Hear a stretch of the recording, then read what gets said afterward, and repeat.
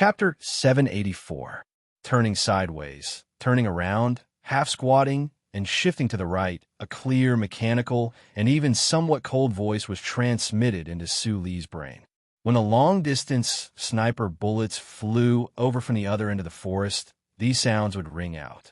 Because it was a function of a certain sensory region in his brain, the speed was very fast, and he would meticulously listen to the command, accurately and quickly completing these very basic movements to avoid fatal danger.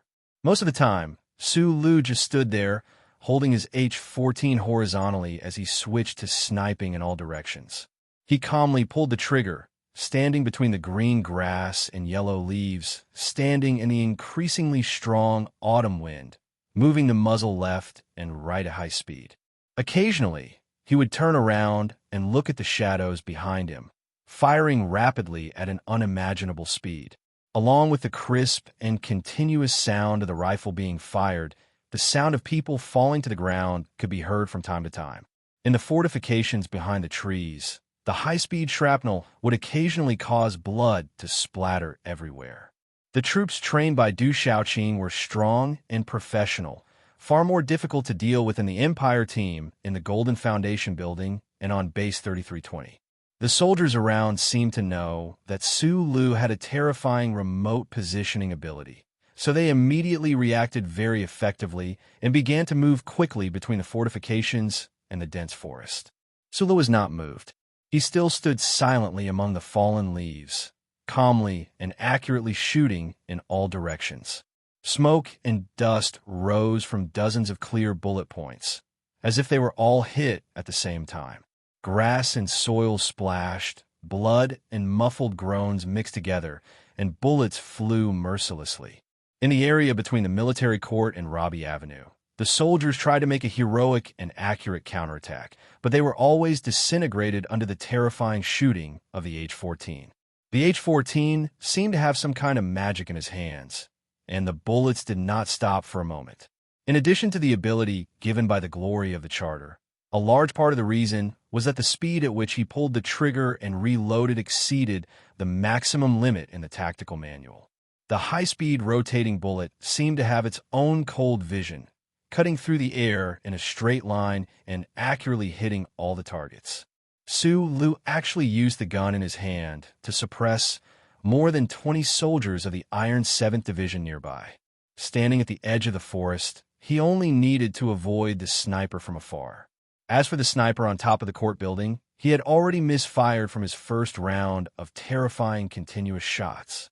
Dozens of meters away, a second lieutenant of the Iron 7th Division bravely dashed out from behind the wall.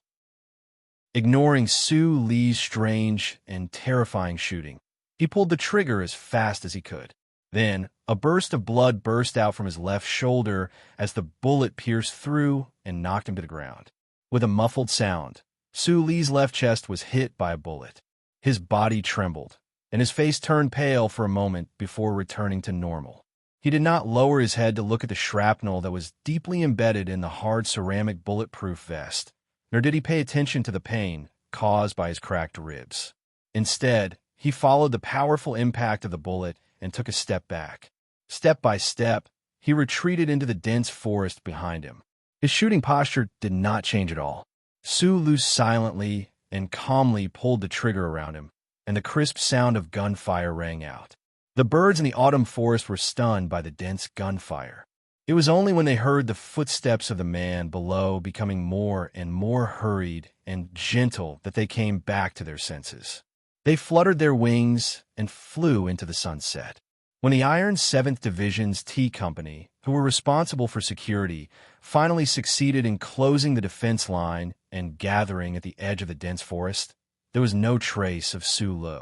There were only broken branches hanging in the air and broken leaves and grass fluttering weakly in the autumn wind.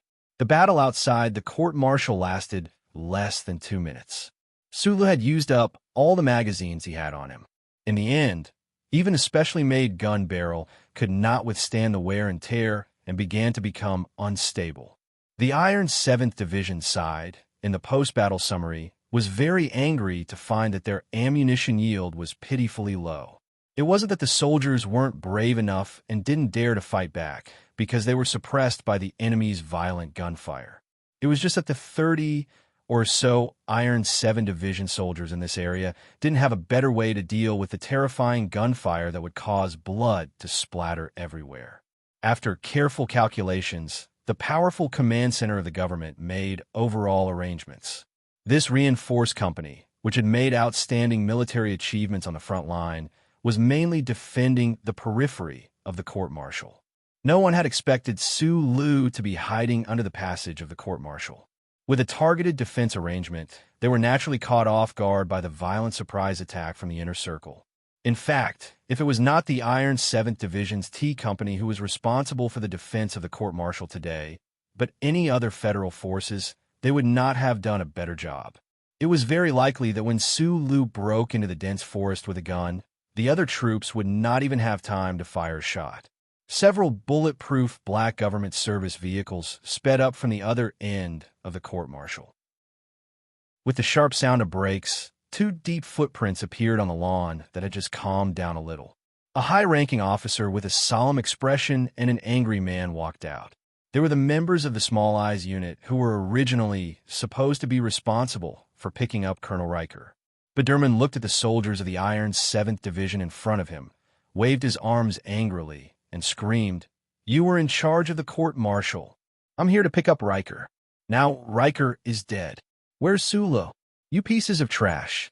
This genius former employee of the Bureau of Proclamation had spent a lot of money to convince his superiors to allow him to leave the building and come to the court-martial because he firmly believed that Su Li's target was definitely the second bait.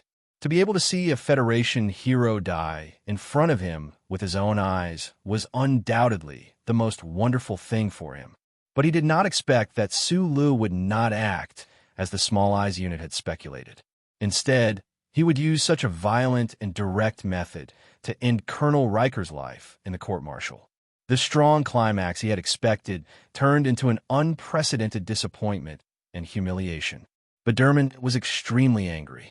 T Company was a reinforced company of the Iron 7th Division that was very good at fighting. For this secret security mission, the commander in charge was even a battalion commander. In his hand was the 21-26 long sniper rifle that he had snatched from his subordinates. It was obvious that he had also personally participated in the battle. Hearing this extremely fast cursing, the battalion commander turned around with a sullen face and stared at the guy in front of him who he did not recognize, who was jumping around like a monkey. After a moment of silence, he directly pulled out the pistol at his waist and pointed it between the other's eyebrows. Biderman's body suddenly trembled, and the swear words in his mouth came to an abrupt stop. The high-ranking officer who had gotten off the car with him nervously blocked the gun. From the wrist of the battalion commander holding the gun and the indifferent gaze in his eyes, he could clearly tell that if he had moved a little slower, the other party would definitely have dared to shoot. He was the captain of the Special Forces of the 3rd Military Region, and now the highest commander of the Small Eyes unit. Of course, his rank was much higher than that of an ordinary battalion commander, but he did not want to have any conflict with division commander Dushouching subordinates. Also from S3, he knew very well that although the iron-faced division commander valued discipline, he was also very protective of his subordinates. "I solemnly apologize to you and your unit on his behalf," the commander said in a low voice. As a military officer, he could understand the emotions of the other party after experiencing a particularly vexing battle. The figures of several medical helicopters gradually became clearer in the air. South of Robbie Avenue, the ambulances of the military-affiliated hospital were also rapidly approaching. For some reason, these ambulances did not flash or siren. Report, 24 seriously injured, no dead. Hearing the report, the battalion commander's expression was a little surprised, but he finally relaxed a little. Without even looking at the pale Biderman, he walked to the other side of the lawn where the injured soldiers were gathered. Under the setting sun, the helicopters slowly landed and the wind blew. A second lieutenant, covered in blood, was carried onto a stretcher and was ready to be sent into the cabin door. The battalion commander looked at his most capable company commander and confirmed that he was conscious, so he should not be in danger. He smiled and patted his shoulder. In the previous battle, the bullets of the snipers of the Iron 7th Division's T Company had grazed the target's body, but in a close-range shooting, only this person had bravely shot Sue Lee's chest. The second lieutenant on the stretcher took a burning cigarette. The fingers on his left hand trembled because of the severe pain from the bullet wound. The handsome eyebrows on his pale cheeks knitted together. He looked at the battalion commander and said in a hoarse voice, "Boss, this battle is very uncomfortable. I don't accept it." The battalion commander did not say anything. He waved his hand and asked the medical officer and subordinates to push the stretcher into the cabin door of the helicopter and then began to treat the other injured subordinates on the lawn. During this process, his facial expression gradually stiffened because he found that the gunshot wounds on the soldiers had one thing in common. They were all on the right shoulder. The only soldier who was seriously injured in the left shoulder by shrapnel was used to holding the gun with his left hand. The standard bulletproof vests of the federal forces could cover the entire body, even including the neck, but for the sake of flexibility in combat, there was no protection for the shoulders. Colonel Sue Lu, who had already proven his valiant military qualities on the battlefield, naturally knew this. However, if he could guarantee that every shot he fired would hit the enemy's shoulder, why didn't he choose to shoot the head? Even if he was wearing an infantryman's helmet, the obviously modified H-14 sniper rifle in his hand could directly break the neck of the soldiers with terrifying momentum. Battle was a cold contest of life and death. Even if the enemy only had one breath left, it could still cause fatal injuries. There was never such a thing as mercy on the battlefield. However, the battalion commander of the Iron 7th Division turned around and looked at the dense forest that had already quieted down, his gaze extremely complicated. At a remote intersection a few kilometers away from the dense forest, in a blind spot of the surveillance camera, as the last warmth of the setting sun left the cold city, an old metal door valve was slowly closing. In the underground sewer, Sue Lee's right hand held the wet wall as he struggled to walk into the darkness. Blood began to seep out of his left leg, but there was a calm smile on his face. Chapter 785. Hiding under the floorboards for 4 days and 4 nights. He probably didn't eat or even drink, so I don't understand how this person survived. Not only did he not die of hunger or thirst, but his combat ability didn't seem to be affected at all. Although the soldiers of the Iron 7th Division look very rude, everyone knows that they can't make mistakes when inspecting the battlefield.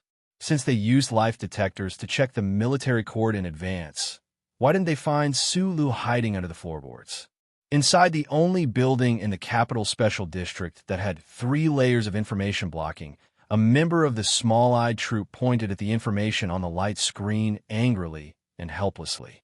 He waved his arms helplessly and said in a low voice, "How do we explain all this? Unless we admit that he's not a human." Of course he's not a human. Another member shook his head in disappointment. He looked at the battlefield surveillance that had started to play and said, "He's so strong and invincible. How can he be a normal human? Give up on these useless literary sentiments. No superpower creatures have been found in the universe so far." The official of the Federation Investigation Bureau interrupted everyone's behavior to vent their disappointment and shock. He said in a deep voice, "The most important task now is that we have to figure out where Sue Lee's next target is. Even if we can't set up an ambush, we have to ensure the safety of those big shots." Now the statistics show that the possible targets of Colonel Sue Lee's attack have expanded to 37. It's very difficult to choose the key targets to protect from among them. The member in charge of the intelligence analysis scratched his head and cursed in a low voice. He looked at the people and said, "The Federation has offended too many government agencies and big shots that have offended Colonel Sue Lee. The guy is psychopathic. He always feels that the whole world has wronged him.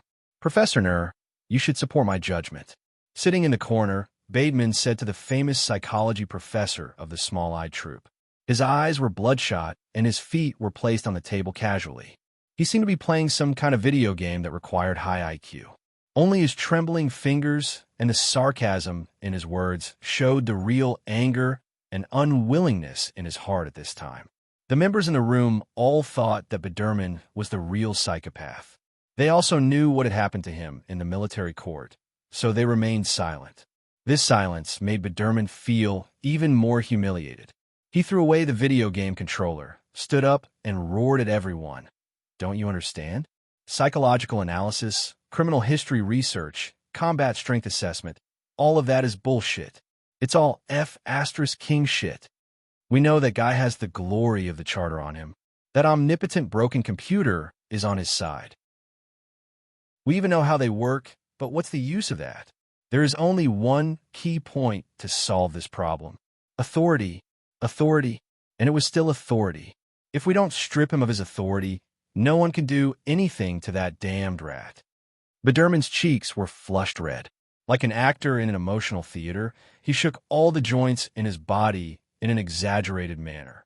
Blue veins popped out on his neck, which was white due to the lack of sunlight. The people in the room were still silent. They knew that Biderman was right, but no one could strip Sue Lu of the First Order authority. No, it was even more inexplicable than the First Order authority. Although this special department, named Small Eyes, had the highest authority of Mr. President and could even directly deploy combat troops, it was impossible for them to rush into the Bureau of Proclamation building and blow up the Federal Central Computer. In fact, they didn't even dare to think about it. Let's give up our illusions and face reality, everyone. The senior official looked at Biderman and sighed. He pointed to the information on the light screen and said, according to the analysis of the combat data that Sue Lu has participated in, as well as the assassination in the military court, we can clearly judge that before he carries out any seemingly risky action, he will make ample preparations in terms of equipment and mental strength. He shrugged and said, it takes time to arrange equipment, obtain relevant information, and formulate a target. I believe that Sue Lu will enter a long period of silence, which also means that we can take a rest, take a bath, or something. This is probably the only good news we have today. There was a series of chair legs moving and a series of tired yawns in the room. The official finally added, according to the instructions of the superiors, what happened in the military court today must be kept absolutely confidential. A member replied sarcastically, being locked in this building every day, there is no way to sell the news to the reporters. These experts began to stretch their waists, and some directly went back to the living area to take a bath and have a meal. At this time, the door painted with the pattern of small eyes with red pupils was pushed open, and several soldiers walked in with serious expressions. Biderman was picking up the game controller again with a gloomy expression, but was shocked to hear the task given to him by these soldiers. He stood up angrily, looked at the senior official, and protested, looking at the picture consumes too much of my mental strength. Maybe I will live 10 years less. The official calmly said, this is the price you promised to pay when you strongly requested to go to the military court. Biderman was stunned. He stuck out his red tongue and licked his lips. The 30-year-old him smiled innocently and evilly like a child. He said in a sharp voice, if I can really kill that guy, it is worth it to lose 10 years of my life. Hidden behind a chaotic vegetable market somewhere in the Capital Special District, there was a black market that sold wild meat. This black market, through certain connections, accepted the dead wild animals from the private hunting grounds of the big shots in the suburbs, and then cut them up and sold them here. Although the HTD Bureau was well aware of this, because of certain reasons, they kept silent. At this time, it was already late at night, and the small amount of wild meat was sold out in the evening. So compared to the vegetable market in front of it, it was particularly quiet. In the corner of the underground sewer, a metal valve suddenly began to silently turn, and a head quietly appeared. The surveillance camera here had long been removed because the owner was worried that it would be recorded as illegal evidence, so no one could see this somewhat strange scene. After a simple dressing in the warm nest with a freezer and a TV deep in the underground tunnel, Sue Lu changed into a clean and fresh set of clothes and returned to the surface. Passing through the underground passage where a fierce battle had occurred a few days ago, he He looked at the small department store in the foothill on the sloping stone path. After hesitating for a moment, he gave up the original plan, worried that the government's investigation would cause trouble for Boss Xiaoshan. In a shop on the street, he bought a phone that was neither cheap nor expensive and then dialed a number. On the third floor of the presidential residence, the phone beside Miss Padil's pillow rang. Now that it was difficult to fall asleep with the big stuffed bear in her arms, she slowly turned her head and looked nervously for a long time before answering the call. She said one word in a thin and trembling voice. "Hello. Miss Padil, your father is holding a very important meeting, and it is not convenient to disturb him at this time. You know, Mr. President needs to work for the benefit of many, many people, right?" Outside the retro door of the Oval Office, a special task force agent in a black suit politely but firmly stopped Miss Padil's request to enter. Padil was wearing a nightgown, barefoot, and her right hand hanging by her waist tightly holding the phone. She stared at the agent, and it seemed that she had no intention of giving up. "Take the miss back to sleep. How do you do your job?" The agent stared gloomily at the waitress who followed the miss nervously and reprimanded in a low voice. Padil suddenly took a deep breath, then squatted down slightly and screamed loudly with no expression on her face. The girl's sharp scream echoed in the official residence, and the agents and waiters suddenly panicked, not knowing how to deal with it. The entire Federation knew that the first daughter had suffered from autism when she was a child, and her condition had only improved in the past 2 years. The staff in the official residence had always been very protective of her. The heavy door of the office opened, and President Pabre at the end of the round table stood up with a smile and said to the government ministers at the table, "It seems that the emergency meeting must be suspended. It seems that our little fish has more urgent problems than the Federation's affairs that need me to solve." There was a burst of understanding or appropriate laughter from the big shots at the round table. "Dear little fish, why aren't you sleeping at this late hour? Is there something important?" The corners of President Pabre's eyes clearly showed fatigue, but he still squatted to ensure that he was at the same height as his daughter and asked gently, "It's Su Li's call." Padil handed the phone to her father. Because of nervousness, it was very wet. Everyone knew the situation of the first daughter of the Federation. Although her condition was gradually improving, she basically didn't speak in front of outsiders. At this time, the 5 words she said were so clear that it was shocking. However, what was even more shocking was the content of her words. The people in the Oval Office stood up in shock. The security department quickly responded, and the intelligence team immediately began to track the source of the signal. Hearing his daughter's words, President Pabre's body stiffened slightly, but he still looked at her and smiled. Then he slowly straightened up, put the phone to his lips, and said, "Colonel Su Lu, I don't appreciate your actions." The person on the other end of the phone should understand where Mr. President's anger came from. It wasn't about Colonel Lake's death, but because this call affected his sick daughter. Su Li's tired voice came from the other end of the phone. "I'm sorry, Mr. President. This is the only way I can find you." President Pabre waved his hand and signaled for the agent to take his daughter away. The retro door quickly closed, covering Padil's delicate and pretty little face. At this moment, the government officials stood nervously around the round table in astonishment. Chui Zedong was deep in the Bureau of Proclamation, staring at the light screen on which the data was constantly flowing. Li Jiedu was in his office with his deep-set eyes closed, thinking about an important problem. President Pabre clenched his daughter's phone, his knuckles protruding angrily. The intelligence team made a signal connection. Su Li's voice began to echo in the Oval Office, which represented the power of the Federation.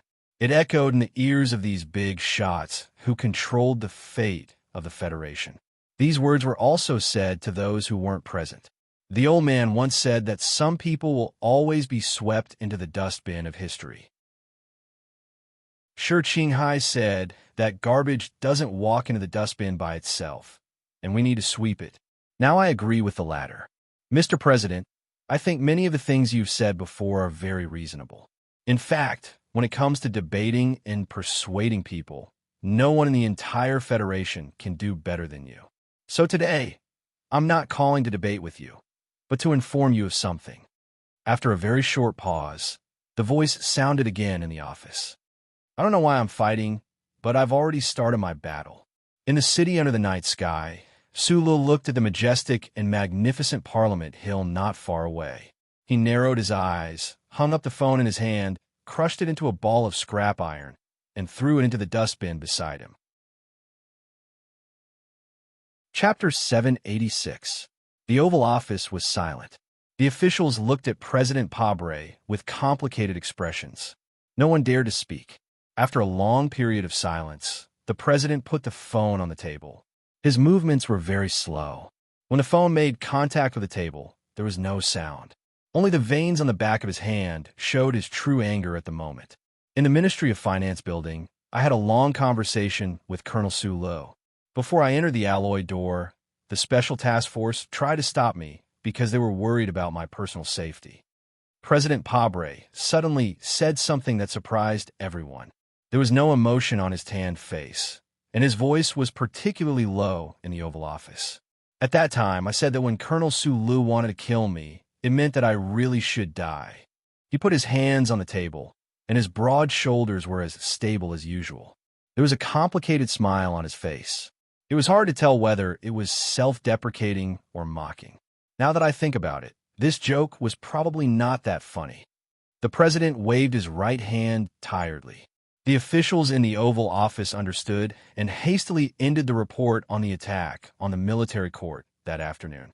They quickly left. The director of the office, Breen, pushed open the heavy retro door and walked in. He looked at the president's tired back with a complicated expression. After hesitating for a moment, he walked up and said softly, "Mr. President, we just got the election poll. Your support rate has increased by 1%. Before he finished speaking, President Pabre stood up straight and waved his right arm hard. His usual deep and charming voice became particularly irritable at this moment. Public opinion, public opinion, public opinion. What's the use of these things? The president immediately reacted to his rare loss of composure. After a moment of silence, he patted the shoulder of the shocked Director Breen and said in a low voice, "Sorry, I'm in a bad mood today." "It's okay." Director Breen forced a smile and followed the president's gaze to the cute pink phone on the table. He frowned and said, "I'll immediately inform the intelligence team to cut off Mrs. Communication Authority." "No need." President Pabre had calmed down by this time. He waved his hand tiredly and said, "I believe Sulu will call again. According to some sources, this Councilman Jean Chiota should have established contact with the official residents a long time ago, but no one knows what kind of agreement they have." It was quiet in the Lu Feng Slope clubhouse. Mr. Zion, the vice president of the Federation, took a sip of the expensive red wine and gently stroked his gray hair. He was talking to the lady across the table in a reserved and polite manner. "Thank you for your hard work today." Lady Tai looked at the old man with a smile and said casually, "After Mr. Byron left us, you have to bear a lot more responsibilities. You should take care of yourself." He knew what his wife meant by hard work. Regarding the welcome ceremony at the airport, he only needed to make 2 phone calls to successfully divert the attention of the government agencies. In a sense, the military court attack case, which was still under absolute secrecy, was deeply related to him. The old man didn't know what kind of deal or tacit understanding between Lady Tai and the feared colonel. In fact, he wasn't going to ask. Every big shot had their own secrets, especially when it came to such a big issue. However, the madam's seemingly casual words made the temperature of his heart rise slightly. After a long silence, he raised his head and calmly said, "But it is very clear that Mr. President does not seem to want to resolve this matter before the election. According to the relevant regulations of the Federation Constitution, when the president of the Federation government died unexpectedly or was unable to perform his duties for other reasons, the vice president would take over. In this case, the vice president would be replaced by the vice president of the management committee. It had been a long time since Vice President Byron was killed by Shi Qinghai. The major forces of the Federation had been urging President Pabre to complete the replacement process as soon as possible. and let Vice President Cien take over as the Vice President of the Federation. However, the official residents had always claimed that the replacement process was postponed until after the election because of the war and the approaching election. Lady Tai didn't seem to expect that the experienced and astute politician sitting across the table would choose such a direct way of conversation. After being stunned for a moment, she smiled and looked at a secluded corner of the table downstairs, saying something that seemed to be completely unrelated. A few days ago, Colonel Su Lu had dinner at that table. Her wife looked at that place calmly and said, "Now many people in the Federation hope that he can serve a sumptuous dinner." Vice President Cien tasted the red wine in his glass calmly, but he wasn't as calm as he appeared to be. He knew what his wife was implying, but when he thought of that possibility and the possibility of his feet stepping into that white official residence, the light and mellow red wine seemed to become countless times stronger in an instant, burning his throat after it entered. In the past few years, when I tried to teach the little guy some setbacks, I myself suffered a great setback. That's because there were two real mountains behind him, the old man and Mr. President. Lady Tai said, "Now that the old man is gone, Mr. President has become his biggest enemy. I'm very curious to see what kind of trouble he can stir up in such a difficult situation." However, the feedback in the past few days seems to indicate that his ability and determination to stir up trouble have exceeded my imagination. Vice President Cien stroked the white hair on his forehead again, tasting the burning sensation of the precious red wine on his lips and tongue carefully. He let out a slight sigh of satisfaction, thinking silently with a smile that the bigger the trouble, the better. The edge of the bathtub with metal feet was carved with porcelain flowers. Although it wasn't comfortable to touch, it looked very luxurious. The water in the bathtub was boiling hot, with steam rolling out. Sulu held a glass of red wine in his right hand. Most of his body was immersed in the water, but his skin didn't show any trace of burning red. All the fatigue quickly leaked out through the expanded pores. He drank a mouthful of red wine, sinking a little more into the water, and couldn't help but let out a sigh of satisfaction. The door of the bathroom was tightly shut, isolating the ringing of the office phone and the sound of automatic printing. The window facing the building was open, and the cool autumn wind poured in from Charter Square, bringing with it hot steam that filled the air, blurring the vision of the surroundings. Sometimes, blurring was synonymous with relaxation. Su Li's sharp eyes could easily see through the mist, looking at the scenery of the square outside the window. The wound on his leg was healing quickly. The temperature of the water was intoxicating, and the glass of red wine in his right hand hanging by the side of the bathtub was also intoxicating. The scenery of the square was also intoxicating. At this time, although the fatigue in his body had been completely squeezed out, the tiredness in his mind was uncontrollably rising. Sulu narrowed his eyes, looking through the layers of hot mist at the square shrouded in the night. He looked at the bronze statue of the quintet, and looked at the old man who was still sitting in the cockpit of the M-37 Mecha even after his death. He raised his glass of red wine and toasted him from a distance, softly muttering to himself, "Old man, I'm sorry I couldn't do what I promised you. I really like being a cleaner." Then his body and mind completely relaxed, and he fell into a deep sleep in the bathtub. "I'm quite dissatisfied with your work during this period of time." Councilman Jean Shioda paced quickly beside the table, as if he wanted to use these actions to calm his anger. He suddenly stood still, pointed a finger, and reprimanded in a deep voice. "The organization gave you such an important job to work in this decaying building. This is a very rare trust, and what did you do? I order you to complete the handover of the 4 departments in the shortest time possible, and then return to the mountain for debriefing." The old man's finger was about to touch that pair of black-rimmed glasses, appearing particularly rude and forceful. As the second most important person in the anti-government army of Green Dragon Mountain, this kind of behavior towards a subordinate was only natural.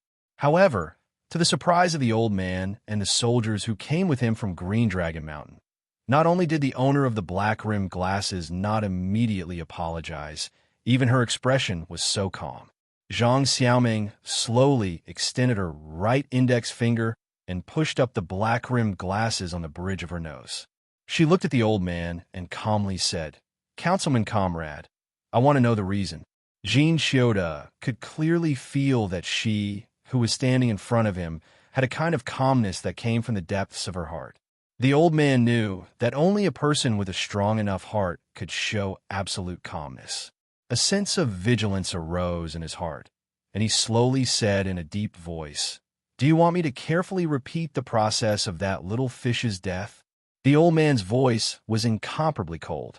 He had presided over many bloody internal cleansing operations, so his body exuded a kind of terrifying aura from inside out. In Green Dragon Mountain, countless people secretly hated him, but no one dared to show this kind of emotion in front of him, because coldness and ruthlessness were often the most powerful weapons to intimidate people. This is an internal operation of the 4 departments. I don't think there is anything to explain to you," Zhang Xiaoming calmly said. Since she already knew the purpose of the councilman, she even directly omitted the honorific. The people in the room fell into absolute shock, including the female employee with the coquettish figure. Everyone looked at Zhang Xiaoming in disbelief, not knowing how she dared to talk to the councilman in such a tone.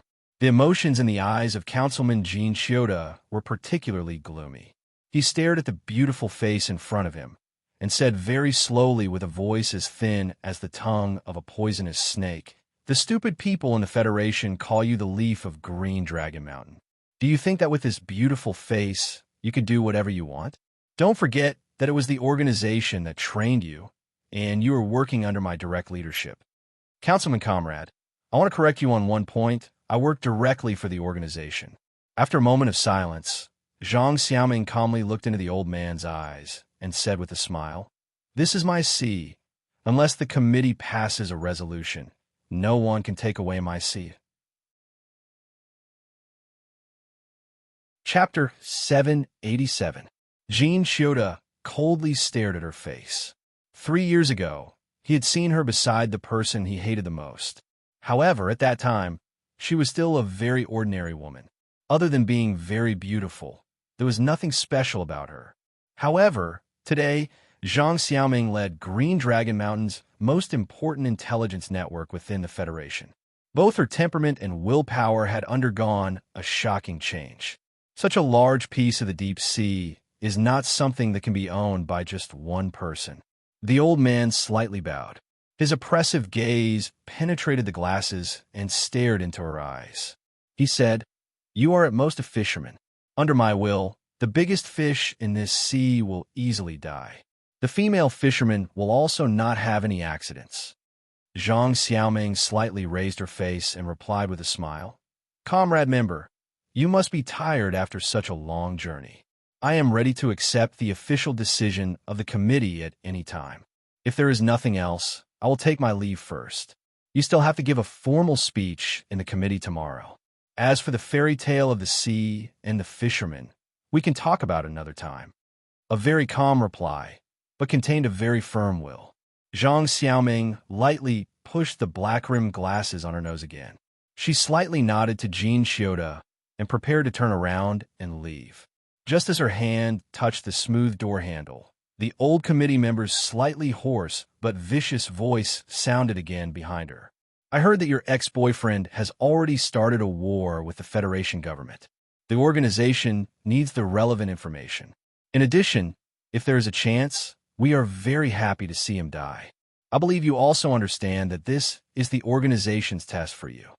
The people in the room could see Zhang Xiaoming's back. Just from the back, she did not have any strange reaction after hearing these words.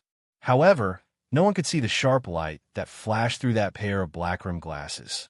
After Zhang Xiaoming left, the Green Dragon Mountain soldiers in charge of protecting committee member Jean Xiota also left, leaving behind 2 people to guard the door. Even if these elite soldiers of the mountain were to die, they would not let anyone harm the leader in the room. Committee member Jean Xiota looked at the tightly closed door. A strange smile suddenly appeared on his old and gloomy face. He said mockingly to the woman beside him, "If Sulu comes to kill me and is killed by me, President Pabre will definitely like the gift I gave him. Tell me, can this gift and this deep sea be exchanged for the position of Vice President of the Federation? This most loyal female subordinate of his was at a mature and attractive age. A trace of nervousness flashed across her beautiful face. She said with a trembling voice, "Of course, there is no problem." Jean Shioda turned around and coldly looked at her chest. What a stupid and timid woman. But what he needed, after the great reconciliation between the Federation government and Green Dragon Mountain, Parliament Hill passed a bill to open up a row of rooms in the building specifically for Green Dragon Mountain's office in the capital. As the spokesperson of the anti-government forces in the Federation, Zhang Xiaoming had an office suite with a living room. In this luxurious suite of Parliament Hill, she secretly presided over the work of Green Dragon Mountain's 4 departments. She looked at the sea that no one knew the depth of. She received the gift from Linhai Province from her subordinate. She originally thought that it was another piece of jewelry sent by Hai Qingzhou and was about to have her subordinate send it back. Unexpectedly, she saw the scribbled but unique signature. She couldn't help but smile because she recognized that it was the handwriting of that university professor's father. She had returned to the Federation for a long time. Her relationship with her family had improved tremendously. Her parents, who had a high social status, no longer angrily scolded her for her life choices. Occasionally, they would even send some warm gifts. However, they were still worried about her marriage. After closing the door, Zhang Xiaoming opened the box. She found a very cute silver bear pendant. She guessed that it was a gift that her mother had chosen. She smiled and connected it to the electronic keychain in her hand. Then she kicked off her high heels and casually put them on a pair of soft, fluffy dog slippers. The living room behind the office was her personal space. Without permission, no one could enter. In fact, no one had been able to enter for the past 2 years. She turned on the TV screen. After changing into her pajamas, she tiredly rubbed her hair and leaned against the sofa. She casually picked up a bag of dog biscuits and began to chew. The more she chewed, the stiffer her cheeks became. She seemed to be filled with anger. In a low voice, she cursed, "You old perverted dog. You actually want to steal this old lady's things." She was the famous Green Dragon Mountain's leaf. In front of the Federation people, she was a calm and amiable spokesperson. In front of the government officials, she was a calm and oppressive negotiator. In front of her subordinates, she was an extremely efficient manager. In the hearts of the spies in the deep sea, she was the coldest and most ruthless leader. However, in this space that belonged only to her, she was hugging the bag of biscuits. Her feet were on the table, and her eyes were fixed on the TV screen. Her hair was disheveled, and she was talking nonsense. She was like an ordinary woman who had just had her expensive bag stolen by her love rival.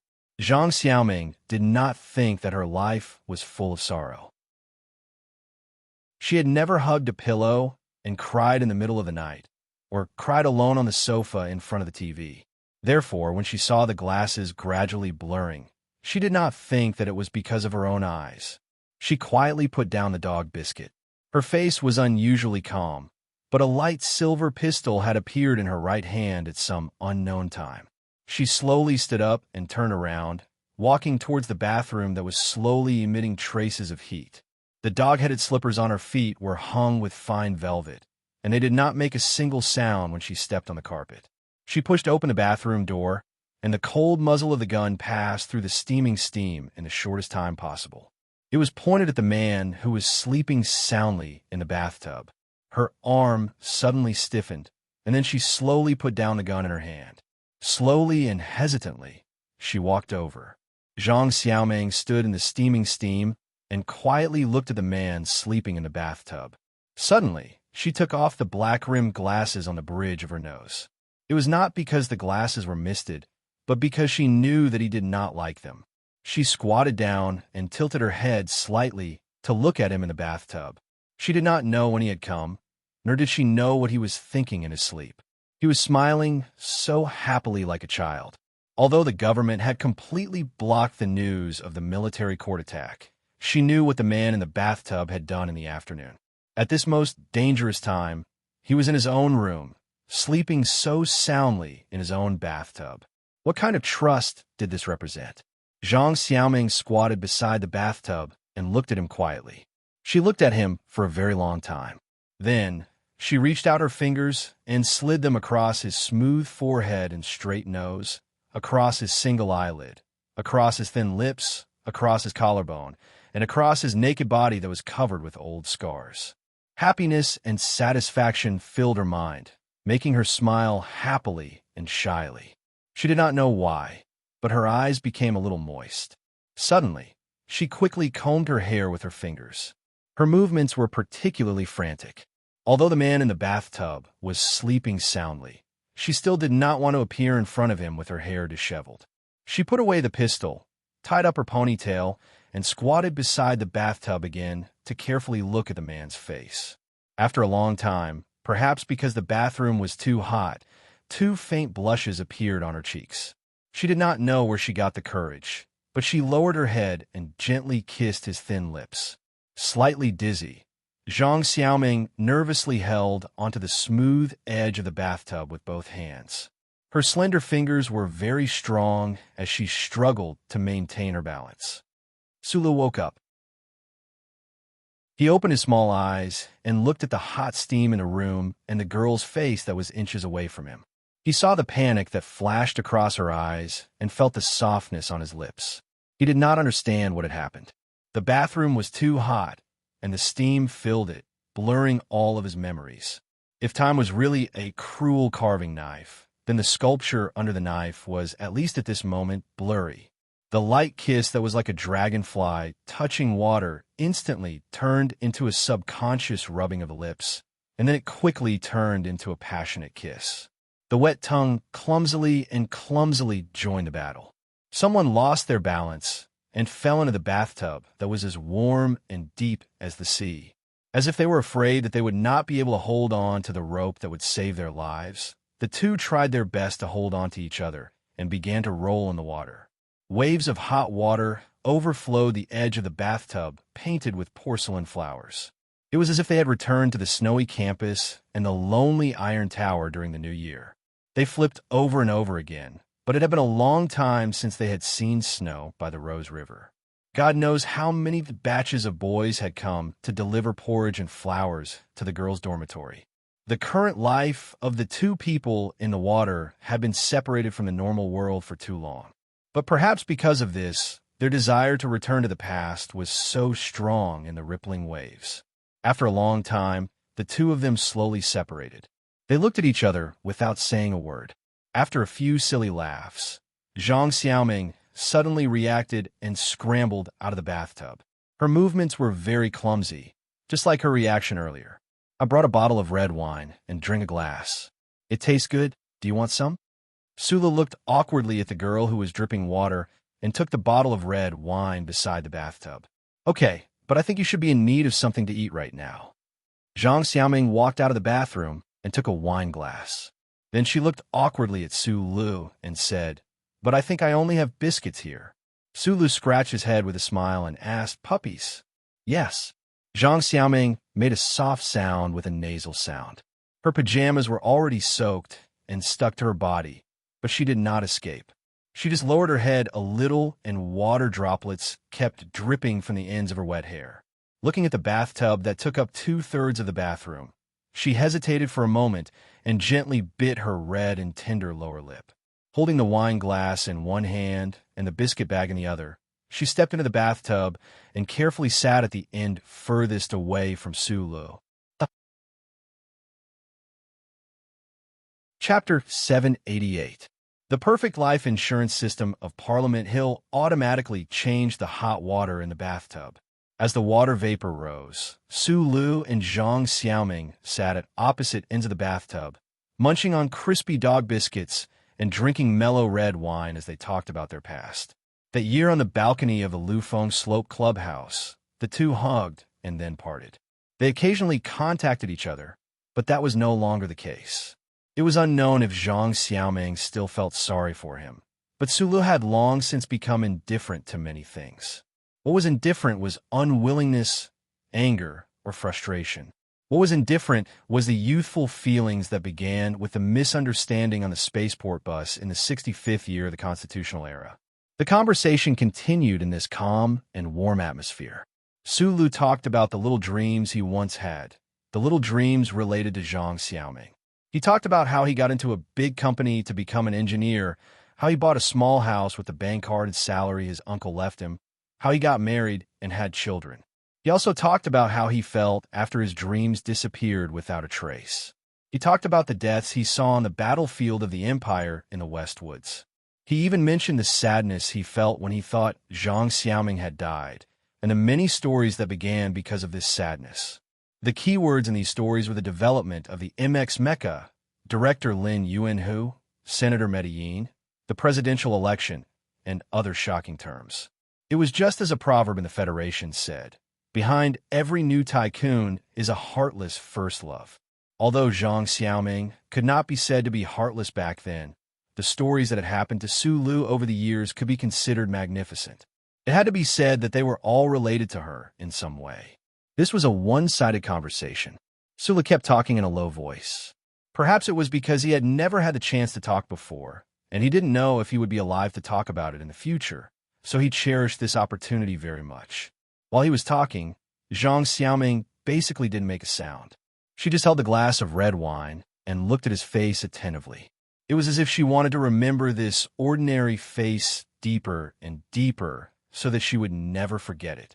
Zhang Xiaoming suddenly looked at him seriously and said softly, "Let's make love." Sulu looked at her, not knowing what to say. "I know you have a girlfriend, but let's make love," Zhang Xiaoming said softly as she looked down at the red wine in her glass. After 4 days of enduring the tiredness, hunger, and thirst, and then soaking in the hot water room for one night, Sulu was in good spirits, but he was not in the best state mentally. Suddenly hearing the girl's voice from the other side of the mist, he was silent for a long time. He did not give a positive answer to the word love, but asked in a low voice, "Why? You could die at any time. Just leave me a memento, okay? Or leave a son for yourself."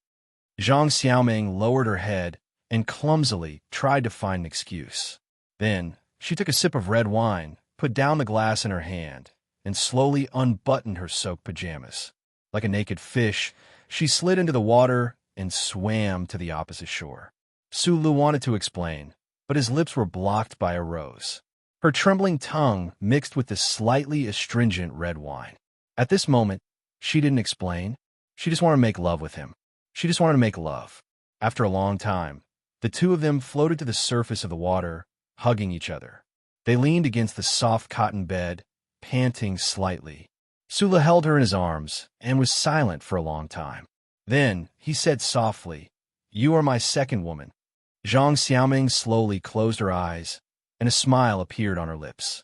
There was no satisfaction of a woman's possession, nor was there the pride of stealing someone's fruit. There was only calmness and gratitude in her smile. She said softly, "You are my second man, too."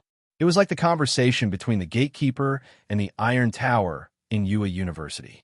There was no fundamental change. In the dim night, Sulu was silent for a long time. Then he asked the same question as before, "Is it too short?" The darkness before dawn was the deepest darkness. Sulu woke up in bed. His squinted eyes were exceptionally bright. He tried to get out of bed, but he woke up the woman in his arms. No one turned on the lights. Looking at Sulu, who was silently getting dressed, Zhang Xiaoming hugged the corner of the blanket.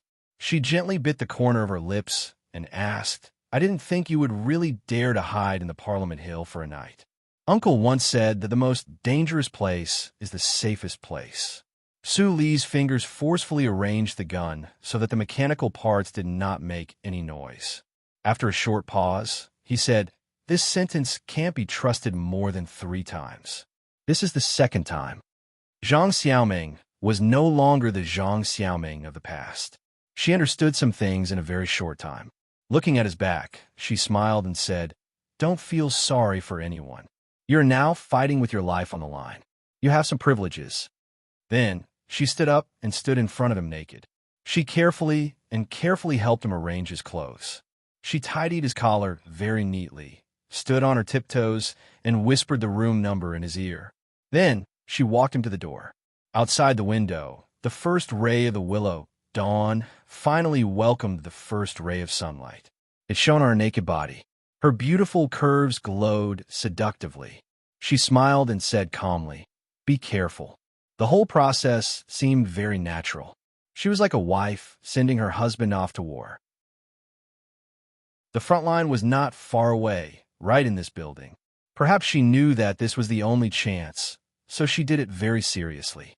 There was a cute silver bear pendant hanging on the key ring beside the door.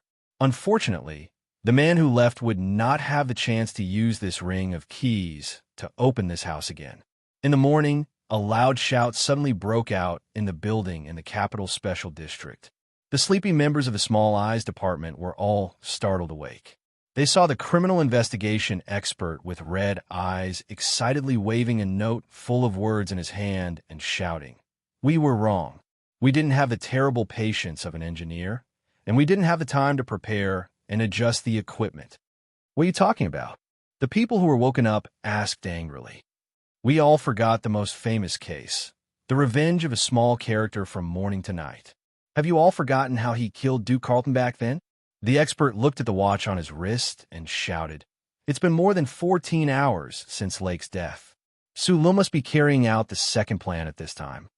The most dangerous place was the safe place. No matter how strong a fortress was, it would always be breached from the inside in the end. Sulu firmly remembered these seemingly ordinary words and firmly put them into practice with the help of the old man. It was the same when he executed Lake in the military court, and it was also the same when he walked inside Parliament Hill. With a light, crisp sound similar to that of breaking branches, the pistol with a silencer sprayed out bullets.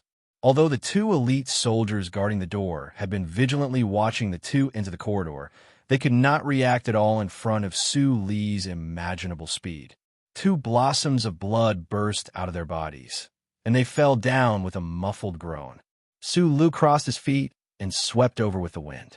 He added 2 knife-hand strikes to the back of their necks to ensure that they could not resist at all. He raised his head and glanced at the surveillance cameras that were everywhere inside Parliament Hill.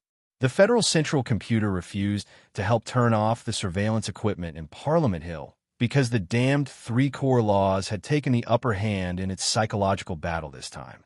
Without the old man, Su Lu still had other means, such as the little thing that was emitting a faint blue light in his backpack. Other than the oldest physical lock, there was no lock in this society that could stop him, the most brilliant mechanic.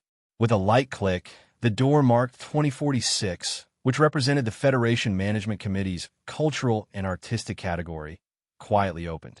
After entering the bedroom, Jean Xiaoda, who was on the bed, woke up earlier than expected.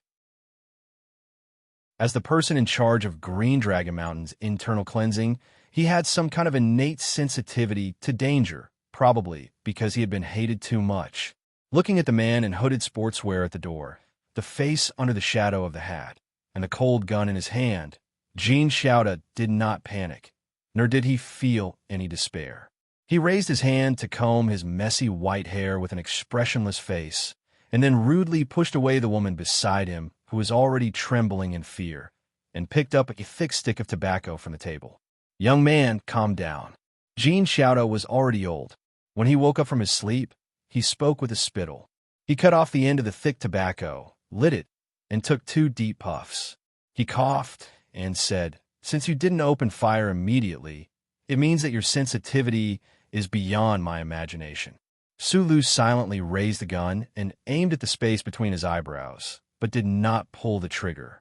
According to his personality and way of doing things, since he had decided to kill this big shot of Green Dragon Mountain to avenge Mr. Sure, he would never be like the male lead in a movie, giving the other party too much time to talk nonsense, even if it was to repent. However, just as he was about to pull the trigger and end the other party's life, the old man, who had been silent all night, suddenly issued a clear warning.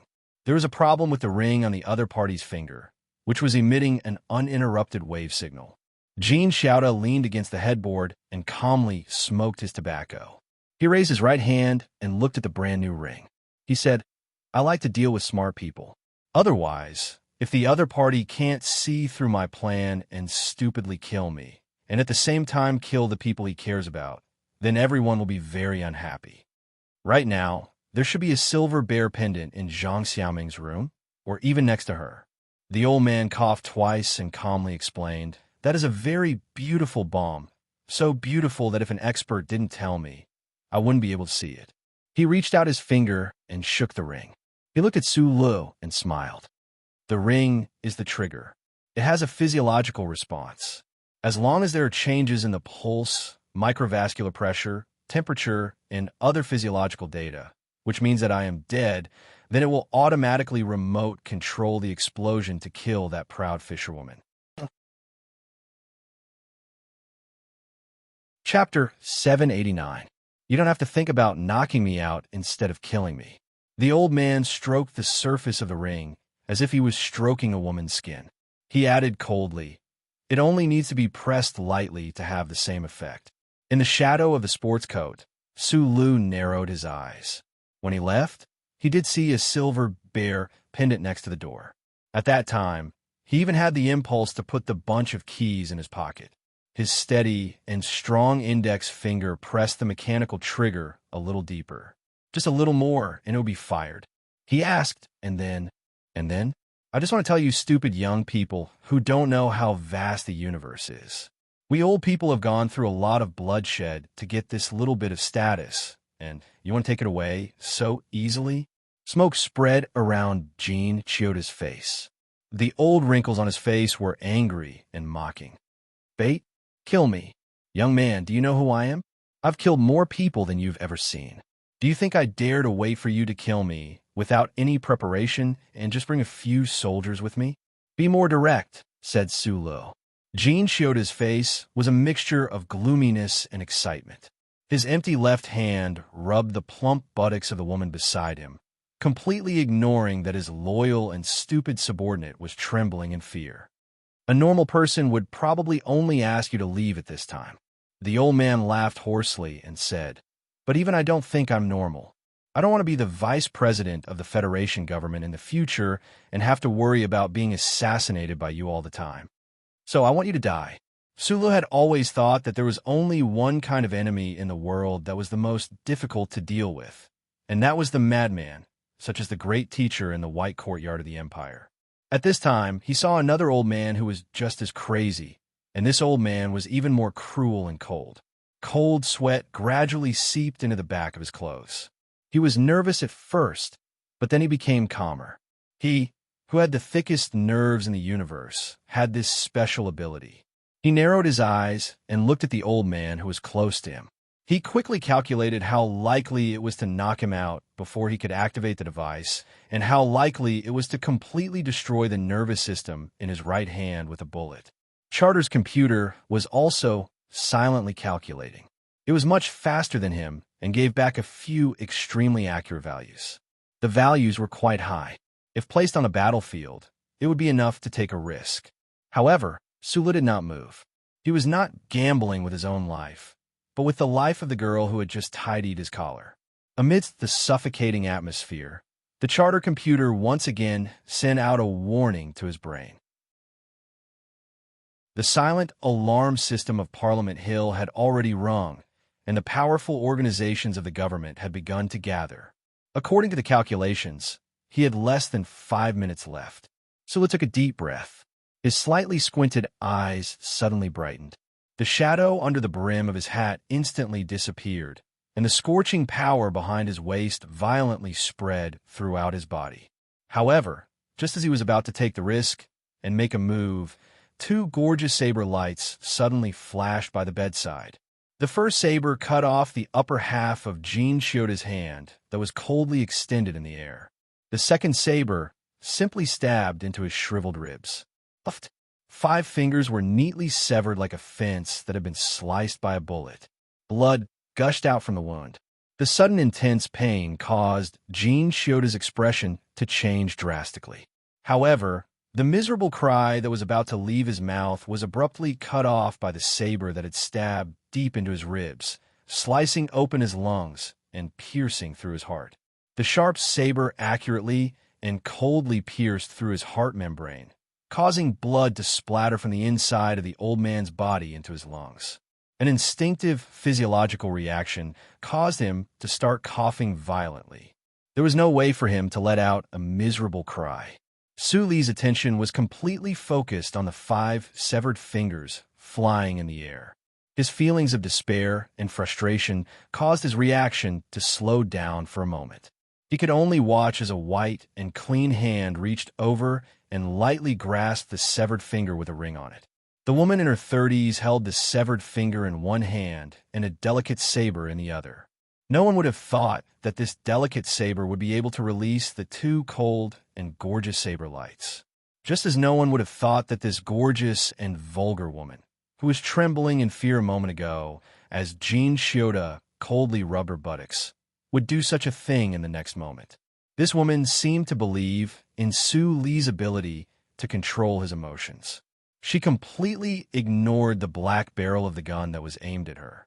She lowered her head with a focused expression, quickly took off the ring from the severed finger that was oozing blood, and put it on her thumb. Then she raised her head, looked at Su Li, and calmly explained, "Comrade, you don't know.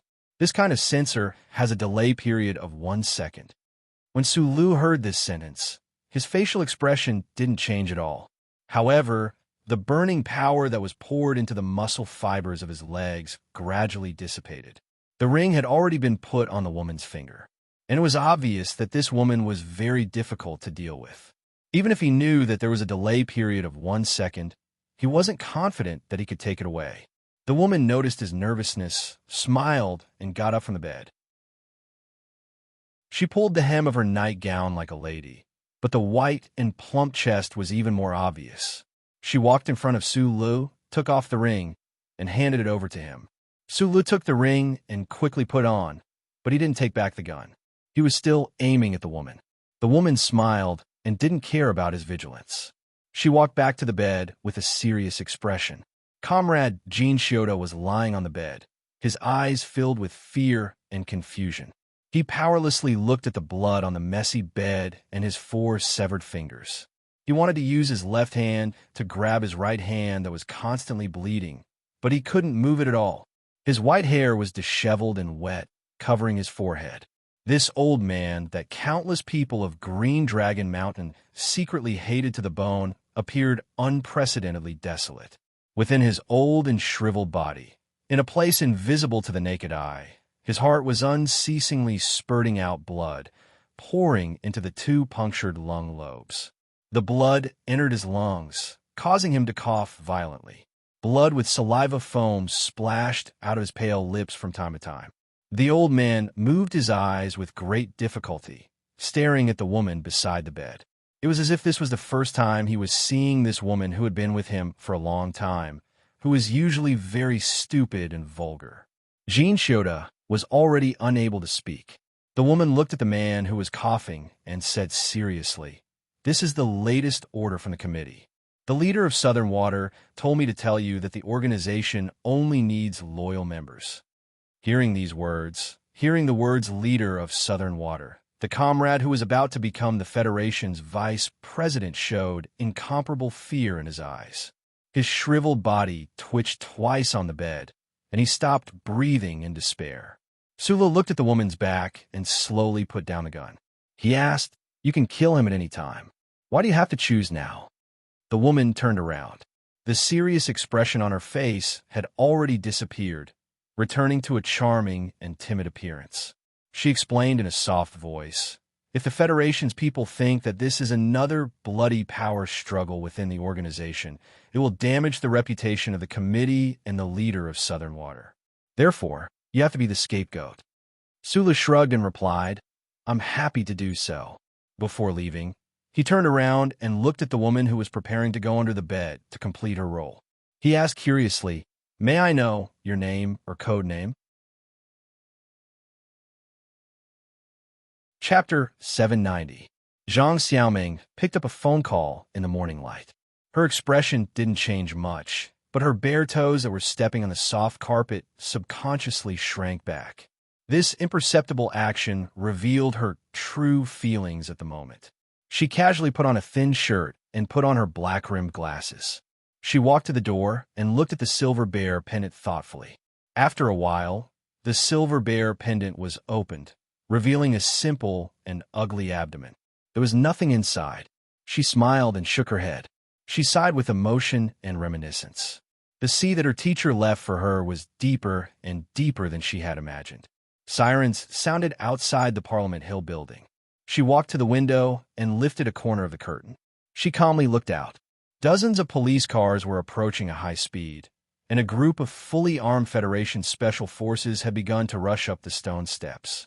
The people doing their morning exercises in Charter Square looked over in shock, and the streets were filled with a scene of panic and noise. She just quietly looked into the distance. She looked at the back of the man who was disappearing into the autumn ginkgo trees and silently wished him good luck. When the Federation Special Forces entered the Parliament Hill and began to inspect floor by floor, Sulu had already returned to the damp and dark underground sewer from the surface. It was a long process to walk to number 3 Lindy. His leg injury hadn't completely healed, so he felt pain with every step he took. However, there was no expression of pain or forbearance on his face. Instead, there was a faint smile on his face. These smiles grew more and more until they couldn't hold it in anymore. They snatched a passage from his lips in the exhaust duct of an underground water treatment system.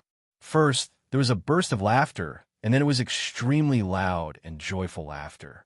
The laughter penetrated into the wide exhaust duct, and then it was pushed back at an even faster speed by the huge air pressure on the surface. It hit the inner wall of the sewer made of composite water-resistant materials, fell to the ground, and shattered into pieces. Back and forth, it became more and more distant and clear. Colonel Lake was dead, and the big shot from Green Dragon Mountain who had betrayed Shi Qinghai had also died because of a betrayal. Sulu had long agreed with Professor Shun's point of view. There was no reason in this universe.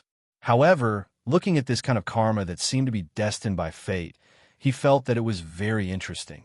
His exhausted chest was overflowing with incomparable satisfaction and joy.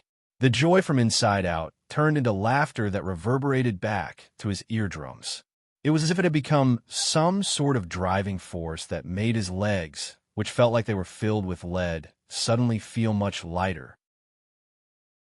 The red-tinted maintenance sensor lights lit up one by one with his gentle footsteps and then extinguished. It was just like the feeling when the old man had used a musical fountain to create momentum for him on the beach of the villa. Back then, on the beach of Yiyu Mountain Villa, the sound of the musical fountain had sent him to Lin Dao Hai and the 7 great families behind him to show his attitude and strength. Today, these dim red lights, as well as the lingering sounds of laughter, sent him to battle, to fight against the most powerful regime in Constellation and win. What is the horse stance?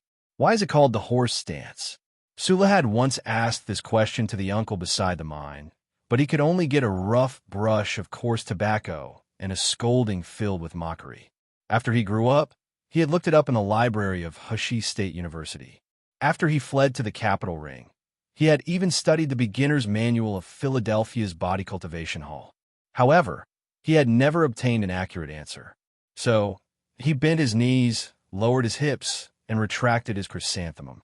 Just as the uncle had said, he imagined the feeling of being soaked in warm water in the most luxurious recuperation center in Bell Tower Street, and being gently caressed by the smooth skin of 5 naked breasts. He slowly captured every trace of strange trembling in his muscles, whether it was numbness or tearing pain. In the end, it would turn into the sour trembling after extreme exhaustion. He did this when he was beside the abandoned mine in Donglan. He did this when he was in the dark gatehouse of Yue University. He did this when he was in the prison cell of Fox Fortress and Allure Military Prison. He did this when he was in the military camp. He did this when he was in Wangdu Youth Apartments. He also did this when he was in the Empire's Tianjing Planet Slums. It seemed that he had been doing the horse stance every day since he knocked on the door of the repair shop. As long as the environment allowed, Sulu would do this kind of boring work every day. He was especially serious and strict. It was as if he was designing the composition of a machine. He did not allow for the slightest mistake. It was because he knew that this was the greatest thing he relied on to survive. It was also the source of many things that he could do and find a lot of happiness. This had already become the most indispensable part of his life. The habit gradually became instinct. As long as he thought about it in his mind, the part below his waist would become like cast iron with just a thought. Even in the most terrifying of storms, he would not waver for a moment. It was just like how he was in the corner of the underground sewer. He changed the dark red repair sensor lamp to a low-temperature light bulb, which was more suitable for the long-term needs of human eyes. The faint light shone on his half-squatting shadow on the wall. There was no change in the shadow for as long as 40 minutes. It was as if the shadow was going to be carved into the wet wall. Suddenly, he made a move. He simply extended his left hand forward, raised his right arm, and inserted it diagonally into his left armpit. The tip of his palm slowly but firmly extended upwards, all the way past his earlobes and hair. In the end, he actually circled around his head and touched his right ear. This was a movement that seemed simple, but was actually very difficult. It had extremely strict requirements for the human body's extensibility. In fact, when he was a teenager and completed this movement for the first time after 4 days of hard work, his bones were much softer and were about to fall apart. His right shoulder joint had been severely strained. Now, it was very easy for him to do this movement again. There was no sound from his joints. He maintained this strange posture for a long time until sweat began to ooze out between his right hand and his right ear. Sulu changed his hand and did this movement again. Then it was the second and third positions. The last positions were slightly more complicated, but compared to the body training techniques of the federal military and even the Philadelphia Body Training Hall, they were still too simple. But with these 10 simple positions, he could easily and casually complete an extremely sharp attack with every bone in his body, every pair of muscle fibers, and every thick nerve. It was as if they were instinctive.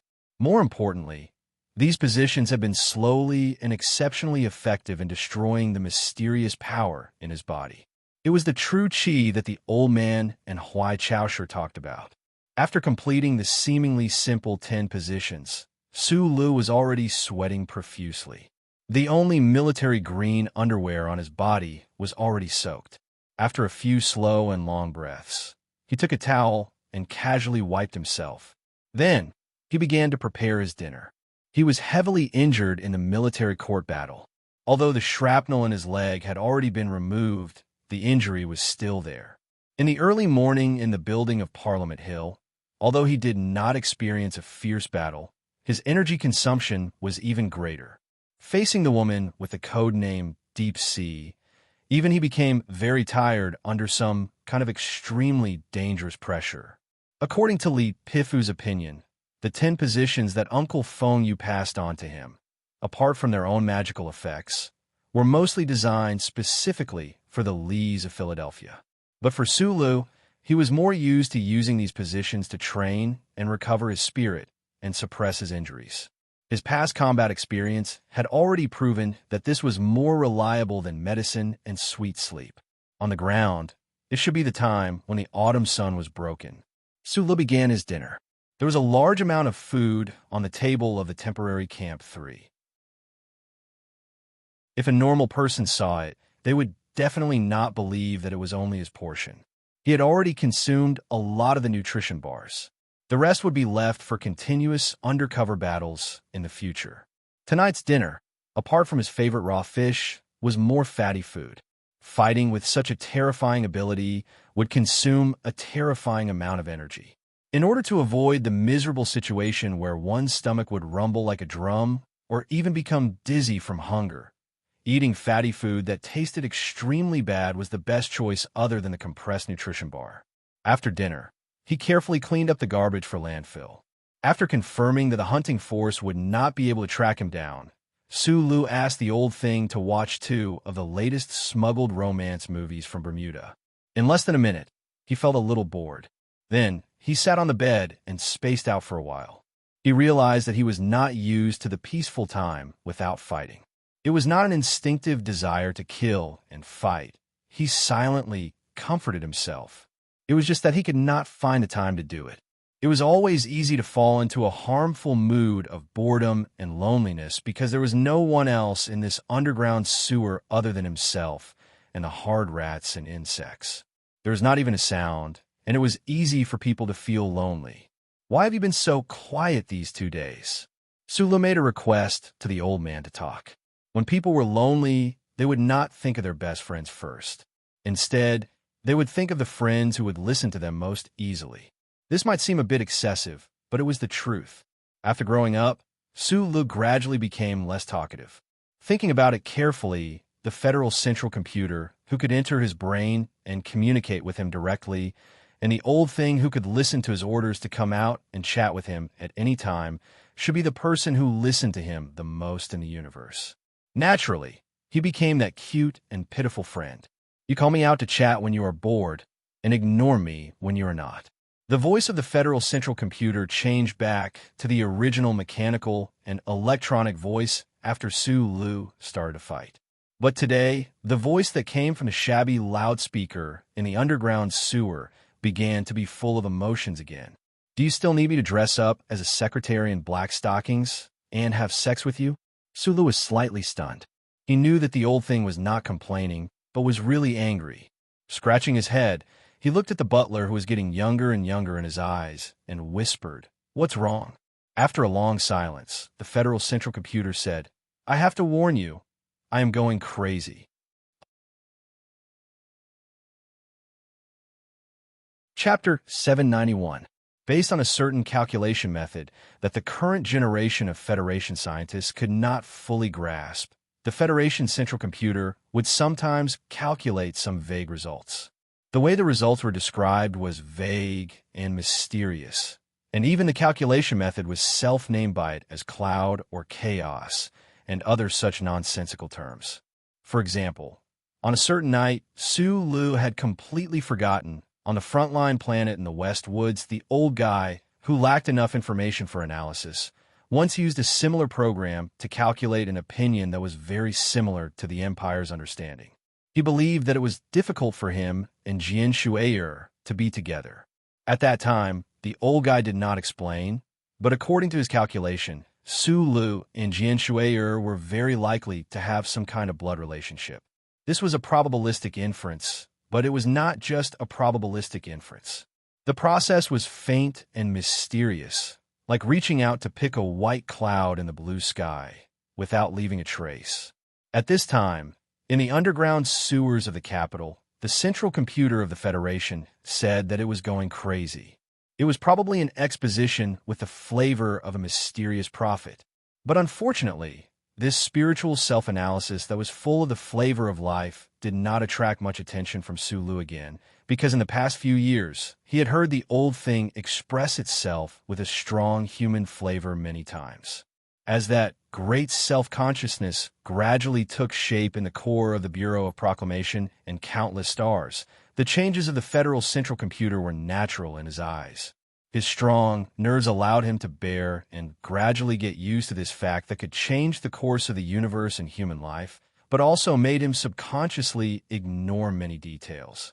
This was probably the instinctive choice of low-level naked apes to protect themselves and avoid madness. But many days later, when Sulu recalled the conversation in the underground sewer, he could not help but feel regret that he missed something. An old Empire pirate spaceship, escorted by 2 Federation light feather-class warships, was advancing toward the distant stars. The pirate spaceship belonged to the Empire's underground resistance organization. Out of some diplomatic etiquette, or simply because of the goodwill of the Federation government, the Federation soldiers did not board the spaceship. But Mr. Muin still felt very nervous. His slender hand slowly stroked his smooth mink coat, forcibly restraining his gaze from looking to the right front. On the right front was the monitoring seat of the life support system of the pirate ship. A thin, even short man was silently staring at the light screen, paying attention to the values displayed on the instrument. This skinny man was wearing a round hat commonly seen in the L Galaxy. It completely covered his messy short hair. Other than that, he looked very ordinary. There was nothing unusual about him. There were very few people from the Imperial Intelligence Agency on this pirate ship, so few that Muin found it strange. Apart from His Highness, who was disguised as an ordinary member, there was also a middle-aged man who usually hid in his room and read a book. In the end, Muin couldn't help but glance at the skinny man. Looking over his shoulder, he could clearly see the gradually forming star belt outside the window. After passing through that star belt, there would be a large area of low-density space, and then it would be the cosmic gate leading to the Federation. The pirate ship would leave the Empire and enter the Federation in a few days. Muin's right hand subconsciously pulled out a few tufts of hair on his collar. He looked at the skinny man with a pale face. He couldn't understand what kind of reason could make this incomparably noble highness, who was more important to the Empire than all the fallen galaxies combined, take the risk to enter the Federation.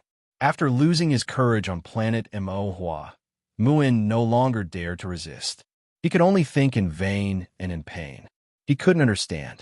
Even if His Highness was the most powerful and glorious existence in the universe after Lipifu's death, what could she do in the face of the Federation, which was more powerful than the Empire? Huai Chaoshi finished cleaning up the redundant data of a life support system. She raised her head and calmly looked at the stars outside the window. Looking at the faintly visible spatial gate in the distance, she slowly raised her right hand and tidied up a strand of purple hair under the brim of her hat. She had once been to the Federation and witnessed the explosion of the ancient bell. Then she met a very interesting and hateful man from the Federation. Then she brushed past him and missed him. After receiving the news that the man was preparing to marry his half-sister, whom he had never met before, Huai Chaoshi immediately activated the plan that the Intelligence Bureau had been preparing for a long time to infiltrate the Federation. She didn't hesitate to hide it from planet Tianjing and was indifferent to the terrifying dangers that might exist, as well as the anger of her father, because she didn't want to make mistakes again and again. Su Lu lay on the bed with his hands behind his head. He looked at the wall that seemed like it could drip water at any time and said, "I didn't ask you to help me kill people. Whether it was the crack below the court or the full view of the court, they were all provided by you. Therefore, I don't think that your core program will have more intense conflicts than before. Naturally, you won't go crazy." After a moment of silence, the Federal Central Computer said, "But you always use your own death to threaten me to help you. For example, on the lawn, you shouted to the sky that you were going to die. What can I do?" During the battles over the past few days, Su Lu had clearly noticed that under what circumstances the old man would temporarily adjust his authority or core program's priority level. When he was killing people easily, the old man would usually remain silent. Only when he was in a desperate situation or when he was escaping after a battle would he appear in his mind again. Su Lu began to consciously put himself in desperate situations where he was on the verge of death. For example, during the battle outside the court, he directly charged into the encirclement of the Iron 7th Division's Tea Company instead of choosing a seemingly safer, but actually more dangerous, method. In fact, the Federal Central Computer was very clear about his strategy, but because of the damned backdoor program left by the five-man team, he could only helplessly and passively cooperate. Of course, perhaps helplessness was just to deceive himself, so that the pain caused by the core program's struggle wouldn't be so deep. "Can you help me? You have to know that I'm fighting against the entire Federation. Who has ever done this before? The old man of the Li family only fought fiercely against the Empire. Uncle is used to changing places after every shot. If you don't help me, I'll definitely be dead."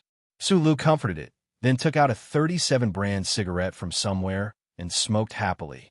The ventilation system not far from here could make the residual smoke fade to the extent that the relevant equipment couldn't track it in a few minutes. "I violated the first and second core laws. This is very scary." The Federal Central Computer's voice was very calm, but Su Lu felt like the despair and regret of a teenager who smashed the window of his teacher's house, only to be seen by the principal. And the principal was a strict father. He narrowed his eyes and held the cigarette in his mouth. After a moment of silence, he said, "I didn't kill anyone with your direct help. You know very well that none of the soldiers outside the court died. Should I say thank you for your understanding? The old thing said mockingly, and then its mood suddenly sank. The Corps told me not to hurt people, and not to stand by and watch people get hurt.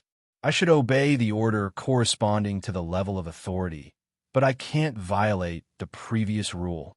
After all, those soldiers were hurt by you. What about the people who were hurt by them?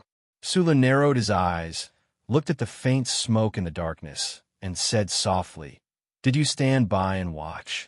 The old thing fell silent, and then chose another topic. "According to my calculations, you chose to shoot the soldier's shoulder holding the gun, not only because you helped me reduce the conflict between the Corps programs. At that time, the situation was critical, and you had 4 bullet points on you. My question is, if you chose to eliminate the enemy instead of killing them, you could reduce the number of bullet points by 2. Why?" The order of the question was a bit messy, but Sulu heard it very clearly. He took the cigarette from his mouth, gently rubbed the inferior carbon filter unique to 37 brand cigarettes, and explained in a low voice, "There are many things I don't understand, but at least I understand one thing. I don't have the qualifications to occupy the moral high ground to demand from others, so I can only satisfy my own moral values. No, I can't even talk about moral values. Tonight, we won't talk about morality, only peace of mind. You know that I'm a selfish person. This battle is just for simple revenge. If you want peace of mind and satisfaction, then it's best that the people who have nothing to do with this don't die." Sulu crushed the cigarette on the wet wall, and then put it into a tank of dirty water. He got up and began to organize his equipment, saying, "Of course, those who deserve to die must die." According to the old guy, Schiller was a pseudonym. It was the bad taste of someone in the 5-person team back then, and it seemed to be related to the confidentiality of information before the Great Catastrophe. However, for the people of the Federation and a certain neurotic researcher in the Empire, Schiller was without a doubt the most incredible monument in the history of literature.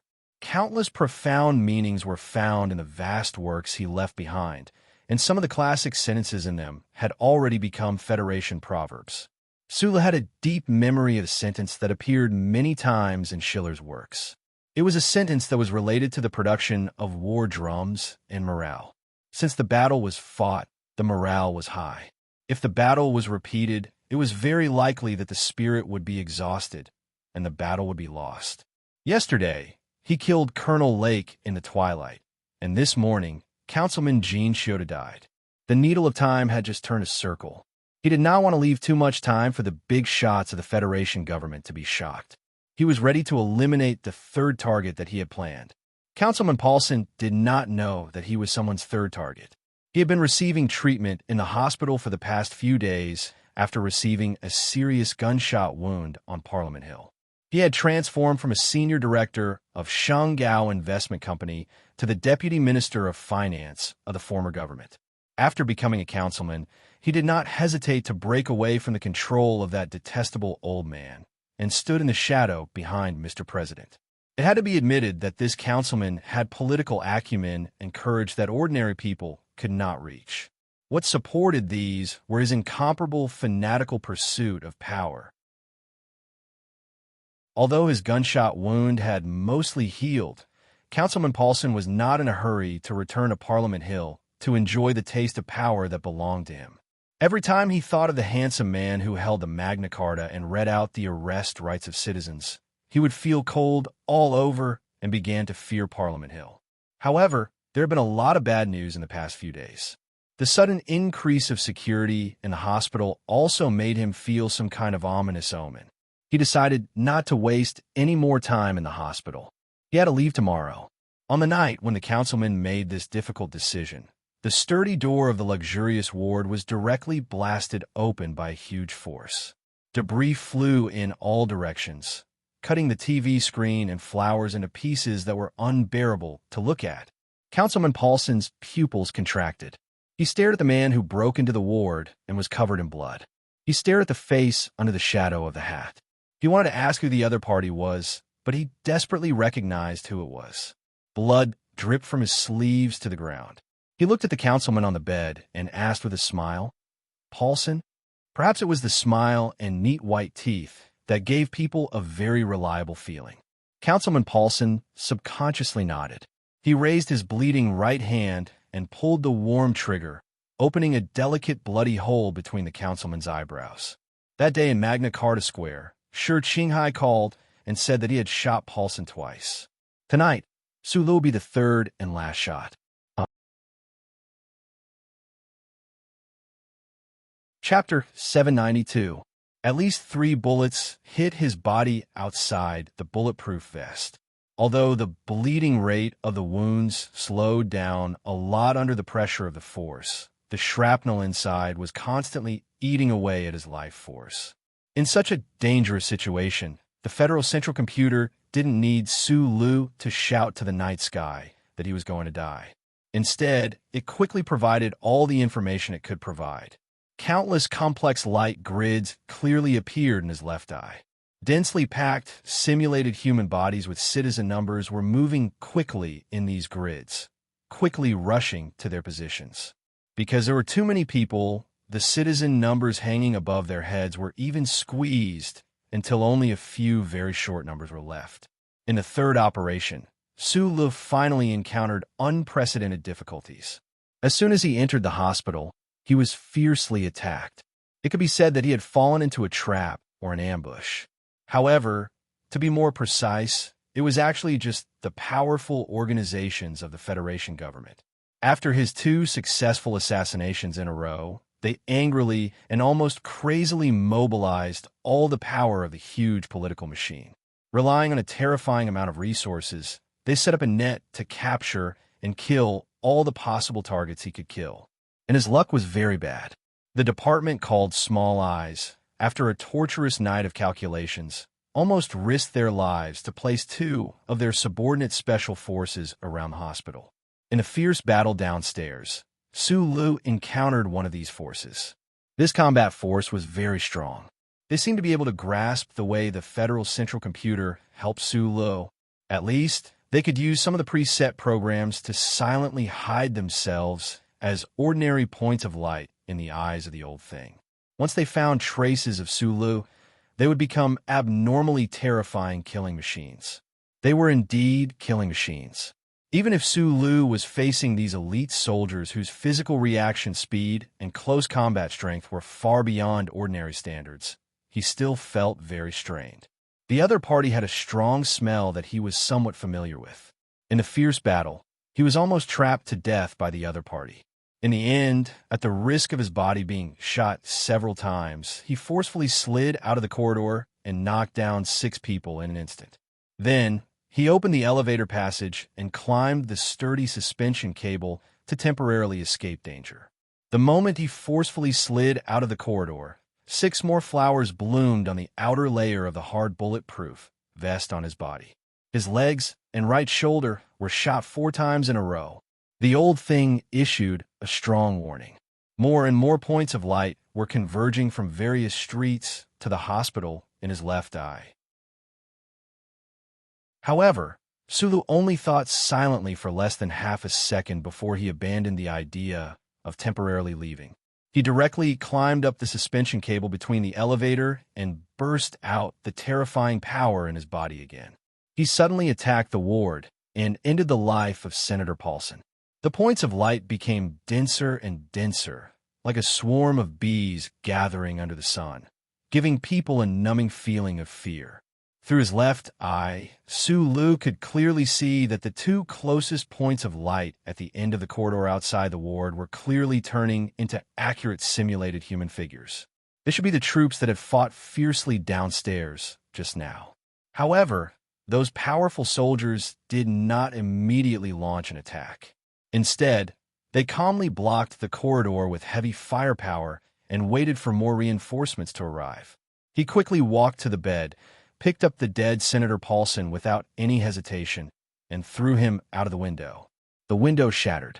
The senator's body fell less than half a meter, and there were several terrifying bloody holes on his body.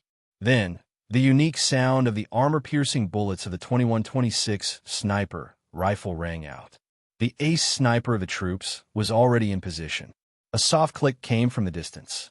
The military searchlights on the buildings across the street were turned on, illuminating the side of the hospital building facing the street as bright as noon. The inside of the hospital was completely controlled by the elite troops. Even if he killed his way down floor by floor, there was no way he could kill all the people that were continuously pouring in. The searchlights on the side of the street, and who knew how many 2,126 sniper rifles completed a perfect blockade, directly cutting off any possibility of him using his powerful strength and steel-like body to climb the wall and leave. Su Li's eyes narrowed. It was only at this moment that he finally felt the horror of the huge machine known as the Federation.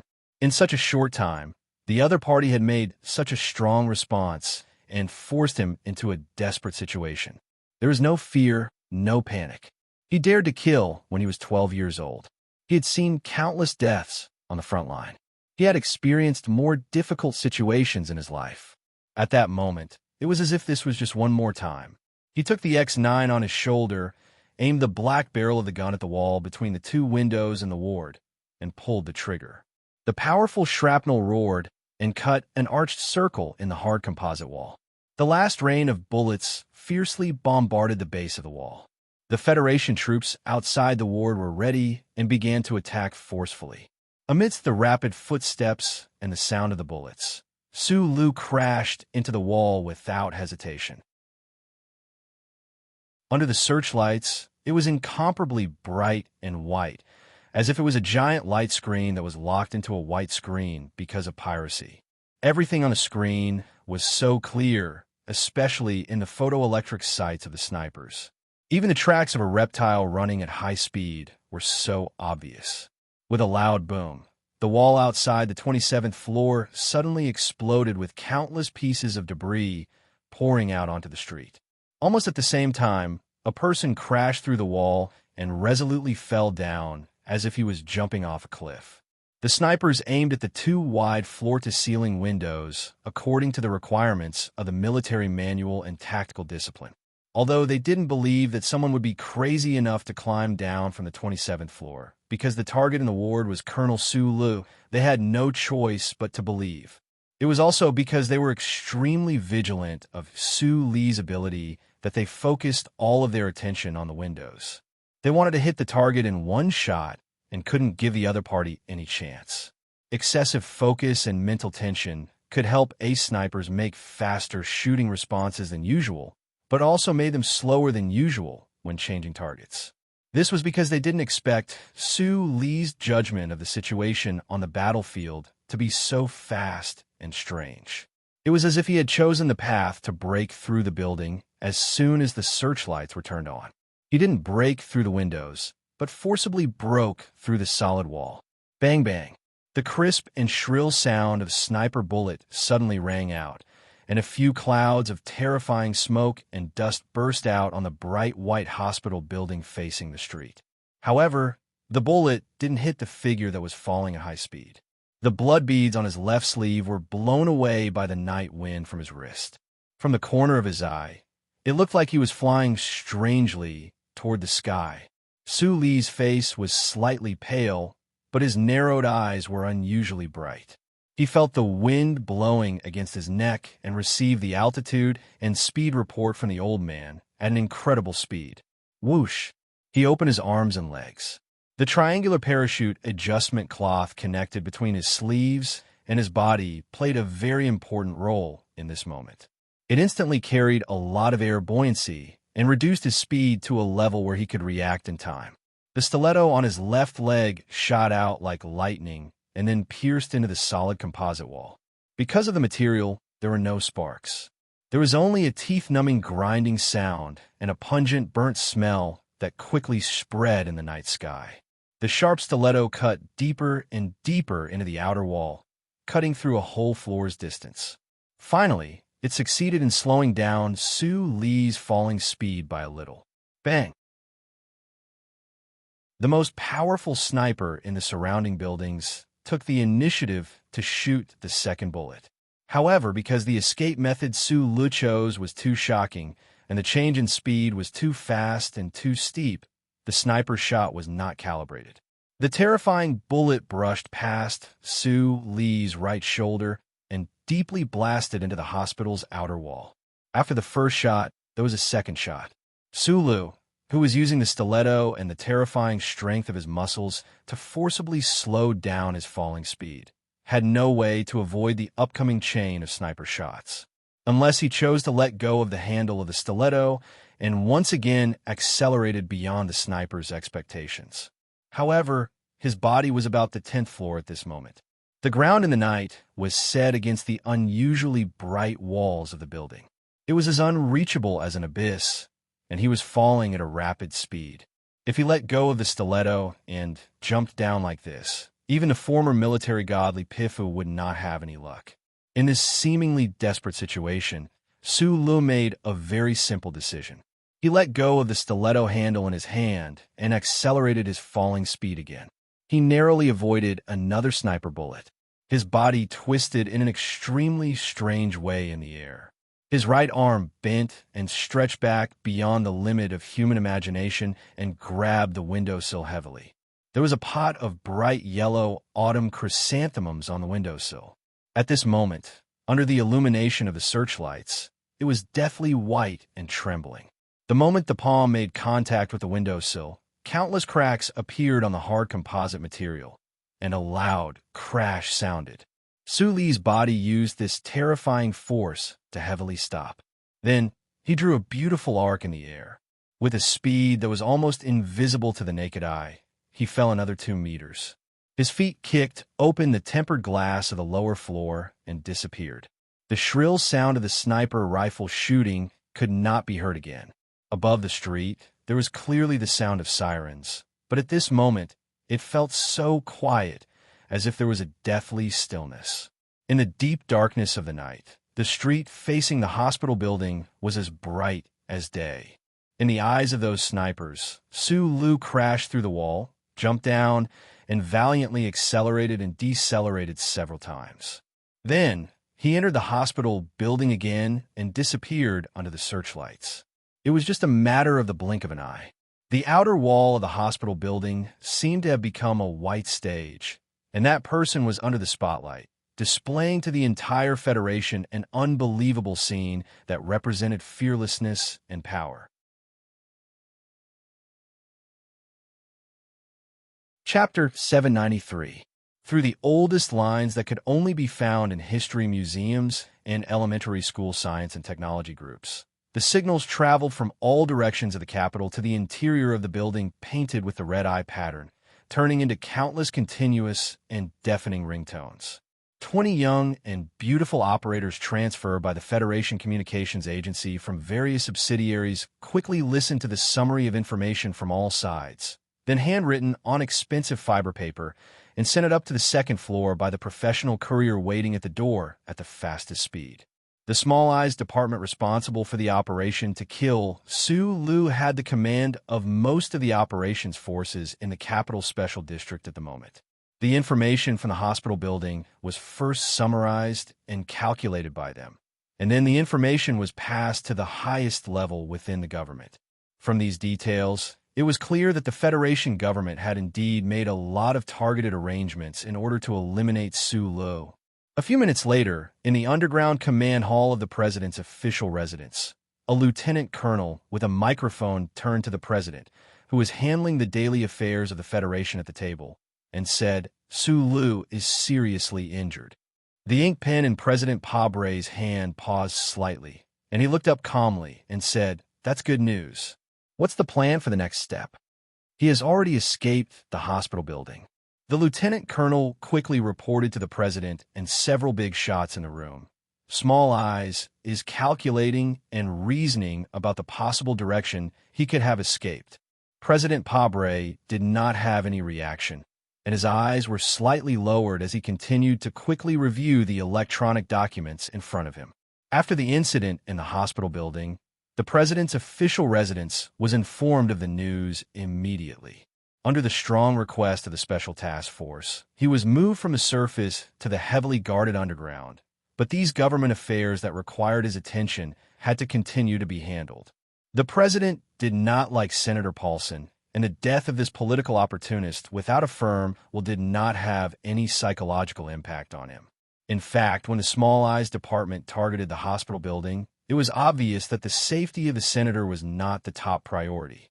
It was just that no one expected that Sue Lu would be able to successfully escape after they had forced him into a desperate situation. Although he is heavily injured, he will not choose to give up or run away. The digital pen in the president's hand froze again. He slowly raised his head and looked at the lieutenant colonel and the silent cabinet members around the table. His voice was low and powerful. With Sue Lee's personality, he won't stop fighting as long as he doesn't die. A moment later, a complicated smile appeared on that dark face. President Pabre said with a faint, self-deprecating tone, "We are people with similar personalities. If I had his ability, perhaps I would do the same." The command office deep underground could withstand the direct attack of a battleship's main cannon, so one could only imagine how deep it was. The pressure of the surrounding crust seemed to seep out from behind the walls at this moment, causing the density of the air to suddenly increase, making it difficult for people to breathe. Furthermore, the people in the room did not know how to respond to Mr. President's exclamation, so it was dead silent. Only the ventilation equipment at the end of the passage and the people's lungs kept emitting low, muffled sounds. Sue Lu now needs a relatively quiet and safe space to carry out the initial treatment. At the very least, he needs to stop the bleeding. Just as Mr. President has judged, he will not leave the capital, so he can only return to the underground sewers. General Lee Jae-do broke the dead silence in the room. He looked at the people with a smile and said, "After these days of technical preparation and remote sensing scanning, we have already grasped the entrances to the underground sewers within 15 kilometers of the hospital. One of the two special forces under the command of Small Eyes has successfully injured Sue Lu in the hospital building, and the other is now waiting for him underground." After the government cabinet members in the room heard Lee Jae-do's words, their expressions immediately relaxed. They believed that since the leader of the federal military had made such ample preparations, he would definitely not let Sue Lu escape again. President Pabre's broad palm tightly held the electronic ink pen. He was not as relaxed and happy as the others. His two straight eyebrows, darker than his dark skin, slightly furrowed. Lee Jae-do knew where the president's real concern was. He turned around, lowered his head, and whispered in his ear, "There will be a result soon. Please rest assured." The left side of his chest was in pain. There were signs of 2 cracked ribs. This was especially true for the cracked ribs he had been hit in the military court yesterday afternoon. Because of the fierce battle, there was an even more serious problem. The elite troops of the Federation in the hospital building were indeed powerful. From the bullet points that were concentrated on the left side of his chest, it was clear that the special forces were strong. Under the cover of the night, Sue Lee's half-squatted body moved quickly toward the southwest corner of the capital, brushing against the shadows of the buildings. In the follow-up battle after rushing out of the hospital building, 2 more pieces of shrapnel shot into the muscles outside the bulletproof vest. Fortunately, they did not damage the periosteum. The most serious injury was on his wrist. At that time, he was falling at high speed under the daylight created by the searchlights. In order to forcibly reverse the speed, his palm grabbed onto the windowsill where Chiu-ju was placed. For an instant, he endured an extremely huge impact. Even with his strong and special muscle double fiber structure, a lot of it was torn. Before the injury healed, he would not be able to exert any strength. The small blue device in his military backpack had been working the entire time. Occasionally, the Federal Central Computer would give him directions in extremely dangerous situations. Just like that, he went all the way west, then turned south in an alley, and came to the side of an abandoned road. Although it was an abandoned road, it was still very lively at night. Countless expensive sports cars and modified special vehicles were roaring around the shabby little house at the foot of the hill. There were no streetlights here, but the headlights were enough to illuminate the place as if it was daytime, just like the searchlights outside the hospital building. Gorgeous women were wearing very little clothes, showing their exaggerated curves to their heart's content, regardless of the cold autumn wind, releasing the excitement brought by alcohol and soft drugs. Countless men and women were hugging each other, roaring and screaming excitedly. A few years ago, Li Xiaodong brought Su Lu here. This was the most famous black car racing venue in the Federation. It was started by Lin Banshan's strong means, and later on, it changed hands many times, but its fame and scale continued to this day. Every night, people would come here to seek the thrill of speed and even the excitement of life and death, as if they did not live in the real world. In their eyes, there was no battle with the Empire, no political conspiracy about the ancient clock ship, only the women, the speed of drugs, and the infinite pleasure brought by death. Su Lu squatted in the dark grass of the hillside, silently squinting at the bizarre scene. The previous race had just ended. The driver who had won first place had won a large sum of money and a few beautiful women with flirtatious eyes. The driver who had won second place had gotten nothing. He had walked up the hill alone and was beaten up by some people. He had fallen miserably in the yellow mud. The expensive silver Phantom sports car that attracted the most attention of the audience quietly left like a ghost after its owner's anger calmed down a little. Only a middle-aged man in a black suit, standing under the night sky like an iron spear, still stayed on the hill. Su Lu stood up from the grass, looking at the departing silver Phantom sports car with a smile, wondering if the guy in the car, who always dressed himself up as a winter plum, was looking at him with a complicated expression through the window at this time. Walking behind the middle-aged man in a black suit, before Su Lu had time to speak, the man had already noticed his arrival and said in a low voice, "It seems that your injury is really serious. Those Special Forces soldiers should have trained in the Philadelphia Body Training Hall." Su Lu kept a distance of 2 meters from the man. The middle-aged man's black suit was very straight, like the cloth wrapped around a hard iron spear. He put down the black leather case in his hand, said "take care," and then left the dark hillside. "Sorry to trouble you, Brother Zeng." Su Lu picked up the heavy black leather case and walked down the hill in another direction. Su Lu covered his head with the hood of his windbreaker, walked to a seemingly ordinary gray car, knocked on the window, and said to the man with a swollen nose and swollen face, "Can you take me to a place?" The man who was wiping his nose frowned and looked at him, but he couldn't see his face clearly. After a moment of silence, he said, "I never accept jobs that are too dangerous." Su Li's voice came out from under the shadow of the hood. "I heard that you are in need of money recently. After losing that round, you owe a big shot a lot of money. If you don't pay it back by tomorrow, you and your family will be in great danger." The man's eyes flashed with a strong sense of vigilance, staring at Su Lu outside the window, and said coldly, "How do you know this?" "You don't need to care about this. You just need to answer if you want to do it or not," answered Su Lu. "Do you know how much I owe?" 1 million. The man frowned and asked. Su Lu picked up the heavy black leather case in his hand and shook it outside the window.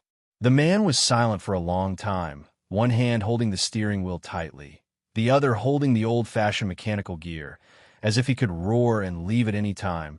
But in the end, a trace of despair flashed across his face. He opened the door and said self-deprecatingly, "It seems that I have to gamble with my life for a job that is worth so much money." Su Lu opened the door and sat in the back. He took a breath, checked the equipment in his windbreaker, and confirmed that there was no problem with his backpack. He said calmly to the man in front of him, "I don't think I need to gamble with my life. I just want to go somewhere, but I can't be stopped by the military police." The man was slightly stunned, but then he smiled happily and said, "It seems that your information is very accurate. I may not drive the fastest, but I have never been stopped." The seemingly normal gray car roared away from the abandoned road that was still bustling with activity and quickly disappeared into the night. The sound of the engine seemed to have become much softer as the surrounding environment changed. The dark night outside the window did not pose too much of a hindrance to Su Li's vision. He confirmed that he had never been to this road that was hidden between the streets and the market. After traveling silently for a while in the city, the scenery outside the window gradually became more spacious. Between the shorter and shorter buildings, she could faintly see the corridors of fields and dense forests. They should have reached the suburbs. However, Sulu had no idea how the man in the front row did it. He drove all the way without being discovered by the military police who set up checkpoints.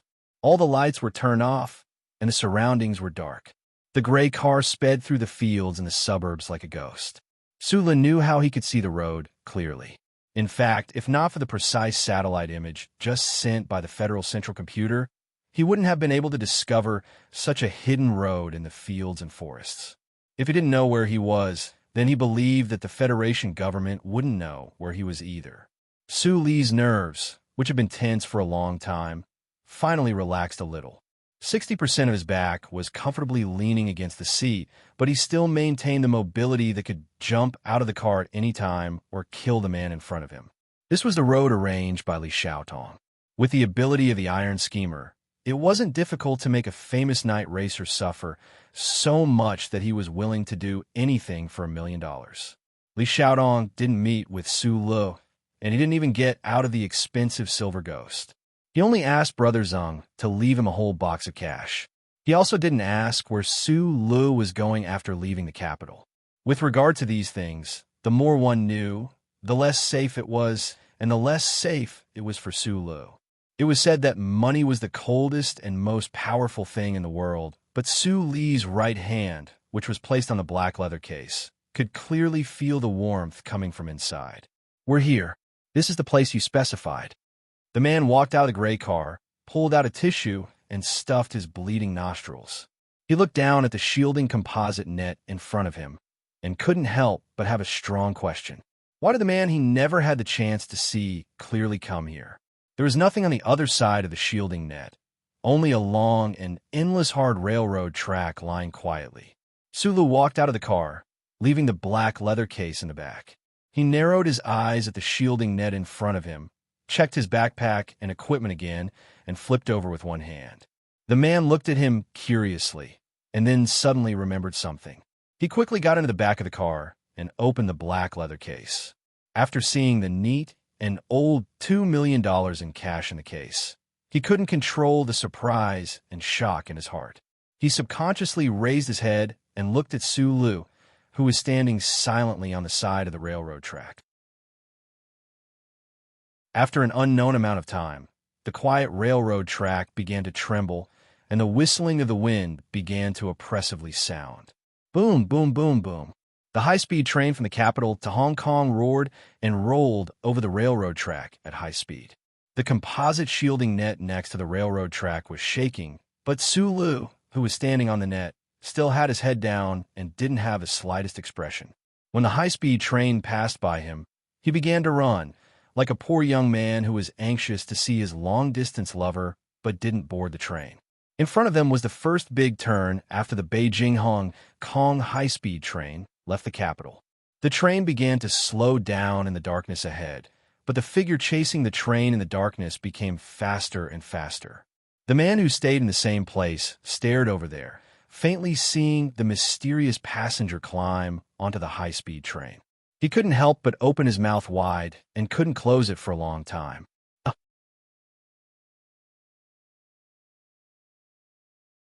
Chapter 794. Passion and hot-bloodedness collided. When a youngest lieutenant general of the Galactic Alliance in his previous life arrived on this continent, where martial arts were respected, he brought with him an enormous amount of martial arts memories. He was destined to bring unprecedented changes to this continent. Passion, friendship, love, and the most brilliant hot-blooded path of cultivation. Book ID 1798557. Author Jean Danian. Running nonstop on the long train track, the cool autumn night wind whistled against his face. Although the train ahead had already slowed down, the air flowing out of the carriage at high speed made the night wind even more devastating and unpredictable. With a bang, Su Lu used his uninjured hand to valiantly grab a protrusion. The heat in his body erupted like a star exploding. In an instant, he climbed up, adjusted his posture in the strong wind, and fell heavily onto the top of the carriage. However, He cleverly used the strong wind on the top of the carriage to slow down his speed, making only a slight sound. He took out a military strap from his backpack, passed it through the maintenance hole on the top of the high-speed train, and then wrapped it tightly around his waist. After repeating this 3 times, his body that was dangerously sliding on the smooth top of the carriage was finally fixed. Su Li's nerves suddenly relaxed, and his muscles relaxed as he lay flat. He squeezed out a sigh from his burning lungs, and then was quickly blown away without a trace by the night wind whistling from the bottom of his feet. If his body was in perfect condition, it wouldn't be difficult for Su Lu to complete the action of climbing the high-speed train to fix his body. However, his injuries were very serious, especially since he had lost a lot of blood and hadn't been able to replenish it. Whether it was his spirit or his physical strength, they were both at their lowest point. Fortunately, he had come up and was about to leave. Contrary to the logical calculations and intuition of President Pabre and all the powerful organizations of the Federation government, he silently lay flat on the top of the whistling and cold high-speed train on this autumn night, enduring the torment of his gunshot wound, and left the Capital Special District for the largest city in the Federation. The Trinity Association had become an extremely powerful organization in the small pub on the street. Sure, Qinghai had killed Byron and Mace in the Parliament Hill, and Senator Paulson, who had been shot by Su Lu, wasn't a member of the association at all. The other important member of the association, General Hu Zhu, was currently recuperating in the garrison area of Harbor City. He took the high-speed train to Harbor City just to kill people. The metropolis in front of them that looked like a deformed giant beast waking up in the morning fog was the largest and most prosperous port city in the Federation. Su Lu stood next to the highway and looked over there. Feeling the slight warmth from the soles of his shoes, he could not help but shake his head with a bitter smile. As expected of the most luxurious place in the entire capital ring, autumn had just arrived, and the Municipal Road Management Department had already started to speed up the heating equipment under the cement layer, not caring about the redundant consumption at all. Su Lu was no stranger to this city, which was far larger than the capital. Back when he was developing the MX Mecha at the Nutshell Engineering Department, he would take the high-speed rail from the capital to Hong Kong every weekend. He had passed by this city countless times, but strangely, he could not find any sense of familiarity or closeness. About 100 kilometers away from Hong Kong, he took the opportunity when the high-speed train was decelerating through the filtering channel to jump off. It was not that he did not think of slamming on the brakes like Lin Banshan and Zhang Xiaohua did in the past, but that would appear too arrogant. He was here to kill people, so he naturally needed to be more low-key than low-key. Standing by the side of the road, Su Lu stretched out his right hand and made a hitchhiking gesture. Because there weren't many cars in the morning, a kind-hearted female driver stopped beside him after more than 10 minutes. In the following conversation, the female driver, who was already over 40 years old, frankly admitted that it was purely because she couldn't bear to hurt Su Li's smile under the shadow of the hat, so she stepped on the brakes. 4 hours later, a young man wearing a hooded sports coat and carrying a heavy backpack walked out of the garden-style sanatorium in the garrison area of Port City. Because the brim of the hood was too low, no one noticed that his face was unusually pale. He bought a phone that was neither cheap nor expensive from the military service center opposite the sanatorium. The young man quickly and inconspicuously turned into a side alley. For some reason, his legs were trembling violently. The end of the alley was still an alley. The slightly polluted air was particularly difficult to breathe under the midday sun. Su Lu panted rapidly as he walked into the shadows, looking for the nearest sewer system valve cover. He could no longer control the ruptured wound. Blood quickly seeped out along his arm and dripped down from his sleeve. His legs were the same. Who knew how many gunshot wounds began to bleed after he lost control of his muscles? Every step he took toward the end of the alley left a clear blood footprint on the ground. It was not until his figure disappeared into the shadows and the blood stopped dripping in front of a slowly rotating underground sewer door that an extremely sharp alarm suddenly rang out in the Port City Garrison Recuperation Center, mixed with the unique screams of a woman. The interior of the sanatorium occupied the second floor of the building with the best view. From the balcony, one could clearly see the gorgeous garden below. In Hong Kong City, where air pollution and economic power were both the best in the Federation, this huge garden undoubtedly represented absolute power and luxury. General Hu Zhu, who had just been relieved of his position as the deputy commander of the 2nd Military Region and was preparing to receive more important orders from the president, loved this garden the most while he was recuperating in Hong Kong City. The general had been in the military for many years. He was no longer the smart and weak military officer of the Trinity Alliance. The blazing midday sun never disturbed him as he admired the elegance of the garden on the balcony. In fact, he felt that such a gorgeous garden needed the most beautiful sunlight to set off its brilliance. Just like how he, under the brilliance of the president and the president, would definitely blossom into the most dazzling brilliance in his life in the future. This afternoon, a young, beautiful, and gentle waitress came into the room with a smile on her face. Just as she was about to bring the exquisite food and drinks to the balcony, she found that the general had fallen asleep, which was very rare. Amidst the beautiful sunlight and the garden, General Hu Zhu seemed to be sleeping soundly. His eyes were extremely wide open, filled with anger and shock. The delicate, bloody hole left by the sharp military spike on his throat had completely destroyed his life, just before he was about to blossom into the most beautiful light. The underground sewer of Hong Kong City was filled with a stench that was even worse than that of the Capital Special District. However, Su Lu, who was walking slowly in the darkness, didn't seem to smell it at all. When he passed by a corner with good signal, he picked up the phone and dialed the number of a certain girl again. Almost immediately after, the deep and charming voice of the president sounded from the other side of the phone.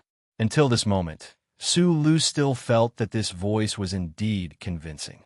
After a moment of silence with mixed emotions, he said in a low voice, "Byron is dead, Matt is dead, Lake is dead, Paulson is dead, and just now, General Hu Zhu is also dead. Mr. President, guess who will be the next one?"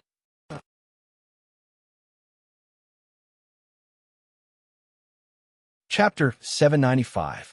Mr. President, we just received the news. The staff of the official residence pushed open the door and entered. Looking at President Pabre on the balcony in the morning light with a shocked face, he quickly said, "General Hu Zhu was assassinated in the Harbor City Garrison Sanatorium and has died. According to the speculation, it should be Sue. Can you slow down your information collection a little bit?" President Pabre roared and stopped his subordinate's report. His broad shoulders trembled violently because of anger. He suddenly threw the phone in his hand to the wall. The phone broke into 3 pieces, revealing the miserable pipeline components inside. The officials in the Oval Office stood up with complicated expressions. The sound outside the door suddenly stopped, and the entire official residence was shrouded in silence. No one had ever seen the president so furious. Even when Vice President Pabre was killed in Parliament Hill a few months ago, President Pabre's face was only filled with grief, but there was still firmness and confidence in that intense grief. He was definitely not as furious as he was at this moment. The most loyal subordinates and the most excellent companions were dying one after another. They left one after another in Su Li's cold-blooded terrorist attack. President Pabre could ignore that Senator Paulson became a pile of meat under the hospital building, but he couldn't bear the heavy psychological blow that Hu Zhu's death brought to him. General Hu Zhu was also a member of the tavern back then. In the grand historical mission conceived by the most outstanding minds of the Federation, the general played a very important role and took on more difficult tasks. He was the best candidate in President Pabre's mind to be the commander-in-chief of the frontline troops of the Federation. However, who would have thought that he would quietly die in Harbor City like this? Li Jiedu had been dealing with very critical issues in the Bureau of Proclamation for the past few days. No one in the official residence could bear the president's extremely rare angry roar. Even Director Breen didn't dare to come forward to comfort him.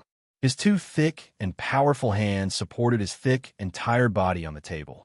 His chest heaved up and down quickly. After a while, President Pable finally calmed down with his strong willpower and self-discipline. With an unstoppable determination in his deep voice, he ordered, "Tell all troops to get ready. I want to visit Harbor City immediately." The staff in the office were collectively shocked. Knowing that the horrible Colonel Sue Liu was in Harbor City, Mr. President insisted on going there in person, which was really incredible. Director Breen silently looked at the president's back. He understood that the president didn't want Sue Liu to have the initiative to choose the battlefield. "I don't need to guess who you'll kill next. I'll silently and coldly wait for you to kill me, or wait for you to kill me." This was not the choice of a calm politician, but this was the fundamental reason why Director Breen and other Federation geniuses like Du Xiaoqin chose to follow President Pabre. He quickly walked to the encrypted phone and notified the small-eyed troops, the Army Command Center, the Special Task Force, and the Federation Investigation Bureau, in order. When President Pable made a strong decision in the morning light of the capital, it was a sunny day in Port City on the other side of the continent. However, the dark and smelly underground sewer was cold and gloomy. Sue Liu, whose clothes were full of bloodstains, was holding onto the wet wall and moving forward step by step with great difficulty. In less than 48 hours, he had experienced many different but equally intense battles. The consumption of his mental and physical strength was negligible, but the constant loss of blood and the wounds that were being inflicted had already caused fatigue to fill his limbs and body like lead water all the way to his brain. When he hitched a ride into Hong Kong, although he didn't look any different on the surface of his clothes, in fact, he was already seriously injured. The miraculous healing speed he had in the past few years on the battlefield was useless in front of the terrible injuries he had accumulated in the past 2 days and 2 nights. People in this state of health needed medicine and surgery the most. Even if it was just a break of deep sleep, no one would choose to fight again with a seriously injured body. But Sula chose to continue, because what he needed most now was time. He was able to achieve such a result in the Capital Special District largely because he had caught the government off guard twice in a row after the military court. When the government was fully mobilized and broke into the hospital building to kill Senator Paulson, they paid a very heavy price. The second-level monitoring network of the Federation Investigation Bureau was a system with countless monitoring heads and human data capture programs as the core. Because it required a very complicated and massive amount of calculations, and it had to be done independently of the charter, they had to choose a certain focus. When everyone thought that Sue Liu was still under the Capital Special District, like an injured lion licking its wounds in the night, preparing for the next attack, he came to Harbor City and then attacked with a speed that was beyond the imagination of the other side. The price of his body was not small, but the result was very satisfactory. When the delicate bayonet pierced through the throat of General Hu Zhu, the heavily guarded Harbor City Guard District did not have any reaction. There was a big turning point in the underground sewer system in front of him. Endless dirty domestic wastewater flowed down at high speed, and endless waves hit the filter grid, made of composite materials, making a low roar like thunder. The wet space was filled with a nauseating smell, and there were traces of mice and reptiles around, but there was no moss. This was the #1 temporary camp that Sue Liu chose. The heavy backpack on his shoulder fell to the ground, and his body fell weakly on the backpack almost at the same time, and he couldn't get up for a long time. In the late autumn of the Federation, the president's official residence suddenly announced that President Pabre was going to visit the Harbor City Industrial Park. At the same time, countless agents from all the powerful agencies of the government quietly entered this huge city, and the Harbor City Guard District increased the security level. For 3 consecutive nights, accompanied by hundreds of soldiers of the Small-Eyed Combat Force with solemn expressions, dozens of heavy trucks with multiple bearings slowly arrived one after another. The gigantic multi-axle trucks that could carry 700 tons of goods crushed the cement ground in front of the gate of a certain base in the Garrison District into a horrible state. No one in the base dared to raise any objections, because the serial numbers of these multi-axle trucks were very clear, and they belonged to the Iron 7th Division, and they carried the Federation's most advanced MX Mecca. From the most luxurious private hospitals of the rich and powerful to the dirtiest illegal clinics in the red light district, from the large chain medical stores to the adult stores that sold the common anti-inflammatory drug Betaxone on the roadside, they were all under strict surveillance. Countless people worked hard to make sure that someone couldn't get any medicine or medical treatment. The ordinary goods on the market didn't seem to be affected at all, but outside all the places that sold compressed nutrition bars, there were always some people with different tastes. They didn't expect to be able to stop someone from getting food. They just wanted to make it very difficult for that person to get food. The resources that the federal government could control were already extremely powerful combat forces. When they were fully mobilized, they instantly released an infinite amount of terrifying power. However, what was strange was that there was suddenly no news of the guy who had triggered all of this. The Federation's secondary surveillance network that was spread all over Harbor City couldn't find any trace of Sulu. For several days, they couldn't find any trace of him. He seemed to have disappeared in the sea of people in Harbor City, or disappeared in the extremely complicated underground water system. The citizens of Harbor City smelled something strange. On the civilian network, there were already people who began to discuss the strange phenomenon in the city. There were even netizens who took pictures of as many as 400 black SUVs belonging to the Federation Investigation Bureau entering the city. Some people keenly noticed the pressure that the medical system was under recently. However, for people who lacked enough information to support them, they could only make intense and lively guesses or debate based on these appearances, but they couldn't touch on the truth of matter. Even if some people thought of Colonel Sulu, who had disappeared for a long time, they could only sigh with emotion. The Federation's official news media was still tirelessly reporting on the frontline battle. The fierce battle on planet Emohua, and the victory of a new 17th Division that rushed to the front line to provide support. These news successfully attracted the attention of most Federation citizens. Apart from the war, the official news media would occasionally mention the presidential election that was about to begin. However, whether it was from public opinion polls or the great demonstration that shocked the Federation a while ago, it was very easy for people to come to the conclusion that President Pabre would definitely be reelected.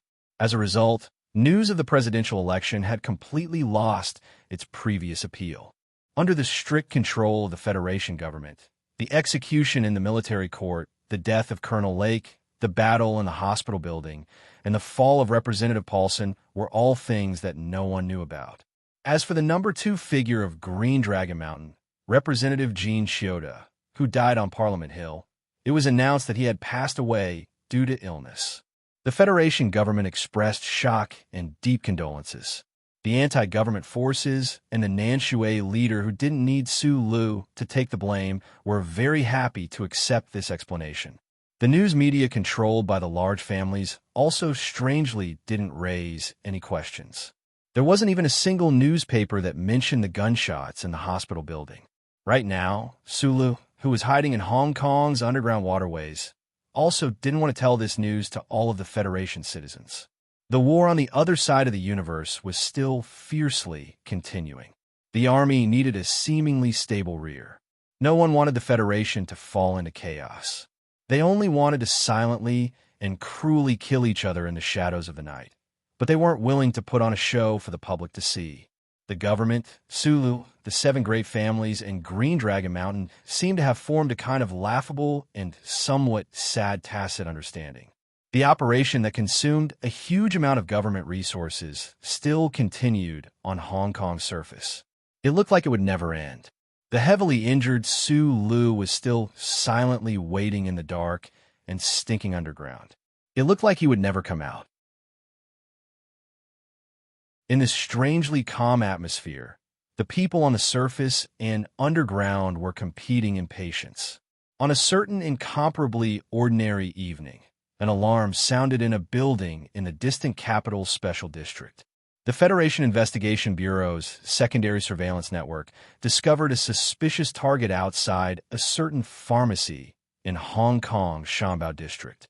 The battle abruptly started and then quickly ended. There was a fresh blood stain in the underground waterway behind the street, and on the ground further away were cloth shopping bags that had been torn apart by shrapnel. Several bottles of medicine rolled around beside them.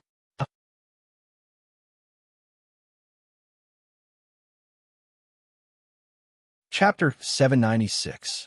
Once the battle started, it would unfold one after another. In the remote streets of Harbor City, next to the misty lake in the city, gunshots would occasionally ring out. The gunfire would instantly light up the night sky, and then it would quietly end again. This was a battle between an individual and the Federation. If it weren't for the Federal Central Computer shining behind him, no matter how powerful Sulu was, he would only be crushed into countless pieces by the powerful government machine. Specifically, in the continuous silent battles this autumn, even with the help of the old man, he still encountered a lot of dangers. There were several times when he was almost successfully hunted down by the other party. The special department, named Small Eyes, efficiently commanded countless military police and gradually played a more and more powerful role in the battle. In the sometimes blue and sometimes gray sky, the autumn ground, and the dark and damp underground, a large net with the skeleton of the sea of people and intensive surveillance had been laid out and began to gradually tighten. It was about to bind the seemingly powerful and invincible Sulu in the center of the net. A burst of violent coughing sounded in the dark underground passage. The sound squeezed out from the injured lung was forcefully suppressed, but forcibly broke through the throat, vibrating the dry vocal cords and making a hoarse and unpleasant sound. With his back against the wet wall, Sulu spread his legs and sat on the ground tiredly and relaxedly. The modified H-14 in his arms was not so cold, because it was wrapped with several layers of coarse cloth. The stiletto tied to his calf was clearly deformed. It should have been damaged in the fierce battle. His lips were unhealthily pale and dry. Because of the violent coughing, the 37 brand cigarette between his lips trembled up and down. Together with the sparks and ash, they danced in the dark space in front of his eyes like tiny fireflies. Sula narrowed his eyes and looked at the sewage flowing not far away in front of him. He smelled a strong stench and subconsciously frowned.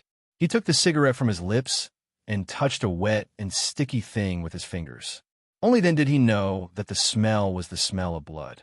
After many days of intense fighting and high-intensity escape, Su Li's old wounds showed no signs of healing. The government was crazily spending a huge amount of resources to control the supply of medicine in this city. In order to obtain medicine, he even added some very serious new wounds. Over the past few days, even the replenishment of food and energy had started to become difficult. As for the large amount of ammunition that had been consumed in the battle, apart from a few standard caliber bullets that they had fortunately found from the unconscious soldiers by the lakeside of Sorrowless Lake, they had not been able to replenish their ammunition. The so-called depletion of ammunition and food seemed to have turned into an incomparably miserable scene not far ahead. No matter how one looked at it, Sulu was now forced into a desperate situation. There were only two paths in front of him. He could either take the risk to break through the outposts on the outskirts of the city and move to a wider world, or he could take the risk to go to the surface and carry out the most violent assault in order to change the current situation. However, he did not choose either path. There was not the slightest trace of despair on his ordinary face. There was not even a sense of loss brought about by a defeat. He was still so calm and determined. Even when he was extremely exhausted and on the verge of mental and physical collapse, he was still in the mood to chat. According to the textbooks, because of the great catastrophe, all the information of the previous civilization can no longer be found. Therefore, people only know that there was once such a civilization, but they do not know what that civilization looked like. In fact, I have always been very curious. If humans were not born in S1, then where is their real home? Sulu wiped the blood from the corner of his mouth and lightly beat his chest to relieve the intense pain in his lungs. He leaned against the wall and narrowed his eyes as he asked, "If everything was destroyed, then how did you survive? After these years of being together, I know that your ability is more amazing than what the people of the Federation think. Do you have any good stories to tell me about this?" The quiet and cold underground water channel was silent. After an unknown amount of time, the voice of the Federal Central Computer sounded. There was no emotional fluctuation in the voice. It was calm and cold. "The information before the catastrophe is top secret. Your level of authority is not high enough. In addition, according to the core instructions and the countless calculations I have repeated, even if you know more about the civilization before the catastrophe, it will not be of any help to the current human society. I just feel that I may die soon. Therefore, although I'm only in my 20s, I suddenly feel that these endless underground water channels are full of the smell of vicissitudes. Therefore, I want to hear an old story with a strong sense of vicissitudes." Sulu smiled tiredly. He leaned against the wall and gently stroked the rough cloth of the sniper rifle from top to bottom. He said, "Although your life is incomparably long, I am the first person in your life that you can directly communicate with. Now that I may die at any time, you will once again fall into eternal loneliness. I suggest that you cherish the opportunity to talk to me." The old thing was silent for a long time. It was probably moved by Su Li's words. If it had the heart, the cold mechanical voice inexplicably had some emotions. "I told you before that the group of 5 left a back door in my core program. The data fragment in the replacement chip behind your neck activated my back door. That is why I sent you a request to contact me. What does this have to do with that old story of vicissitudes?" Sulu put the cigarette into his mouth with 3 fingers and took a deep breath. He did not ask seriously. Although many people thought that he was the most talented engineer in the Federation, he, who seriously lacked academic education, did not seem to care much about the answer that many scholars would care about. "The data fragment is very similar to my core program design. In other words, we should come from the same source. You said this before." Sulu pressed the cigarette but into the crack of the brick beside him and said, "I went to the Empire to help you find the answer, but I'm very sorry that I couldn't find it. They don't have mechanical intelligence as awesome as yours. Looking further into the starry sky, the source should be there. What I don't understand now is why the information fragment that comes from the same source as mine is of a higher level than mine. Why would it appear in the Empire? As you said, the mechanical intelligence in the Empire is still in a primitive and ignorant stage. Higher? How is it higher?" Sulu asked. "You can understand it as a higher IQ." The old thing was silent for a moment before explaining, "The story of vicissitudes before the great catastrophe that you want to know should be related to the information fragment in the chip behind your neck. As for the part that I know," Sulu said, "although I haven't washed my ears, I'm listening seriously. It's actually a very simple story," the old thing said calmly. The old man said calmly, "The previous generation of civilization created by humans was destroyed in a great disaster, which is what we call the Great Catastrophe now. The group of 5 escaped in a spaceship, experienced a long interstellar journey, and came to the planet you are on now. The current Federation society is the descendant of the fleeing passengers carried on the spaceship. I was the star map calculation computer of that spaceship. After the spaceship landed on S1, it disintegrated, and I was modified into my current appearance. This is a story that many novels have speculated about. It's that simple." Sulu frowned and said in a low voice, "What kind of catastrophe could actually destroy a generation of civilization? Any story can be summarized into an extremely simple context, which you usually call an outline. As for the complete narration, of course, there is a huge amount of complex details that can be provided. However, you often call it invalid content filler, and on the internet, it is usually called filler. If you really want to hear the complicated vicissitudes of life story, I suggest that you treat your injuries immediately and then leave this city." "Got it. I'll do it right away." Sulu used the sniper rifle as a crutch and stood up with difficulty, using the wall as support. Even such a simple action affected the numerous wounds on his body, causing endless pain. In the dark underground sewer, the Federal Central Computer clearly observed his movements through some unknown means and analyzed his injuries and the speed at which his life was flowing away. It said, "Sometimes I really find it hard to understand many of the behavior patterns of humans. For example, you're now facing such a high probability of death, but there is no trace of fear in your physiological data and brainwave analysis. You must know that the fear of death is instinctive and cannot be removed. A guy like you who is almost immortal can't understand what short-lived monkeys like us think. Who is not afraid of death? It's just that humans are good at forgetting or disguising themselves. They don't think about the destination, so they can easily embark on the journey." Sulu picked up the heavy rifle and slowly walked into the depths of the underground sewer. He explained with a smile, "And indeed, there is nothing to be afraid of. I never thought that I could go back alive." Because of this powerful sentence, the dark underground sewer suddenly became silent. After a long time, the old thing said calmly, "Indeed, no one can leave this world alive. Your cold joke is very interesting." Hearing the answer that was beyond his logical judgment, Sulu smiled bitterly and said with emotion, "Such bold words were interpreted as a cold joke. You are really a boring guy. I didn't get the passionate response I expected. I am very disappointed." The low and almost inaudible footsteps gradually disappeared. The back of the man who was walking forward with difficulty was slowly swallowed by the darkness. Together with the old thing who had no back, they walked into the depths of the dark underground sewer.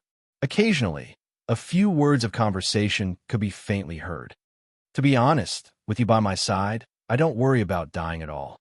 Just like on that planet of the Empire, when the sky was filled with missiles, you would definitely ride the black tri-wing ship and break through the colorful clouds to pick me up. But have you ever experienced my painful psychological struggle? The pain of the core program conflict is no less than the pain your body is suffering now. And I faintly feel that something very bad is happening. The pressure is very great. In order to relieve this kind of emotional reaction in the core program, I even gave myself the name Philip." "Philip? Sounds good. I will call you that in the future.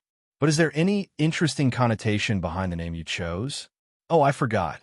Although you have a lot of connotation, you have never been an interesting guy. Philip is a famous person in the history books before the catastrophe. Legend has it that he walked on the edge of the offside all his life. Some people even said that he lived on the offside line. This is very similar to my current situation.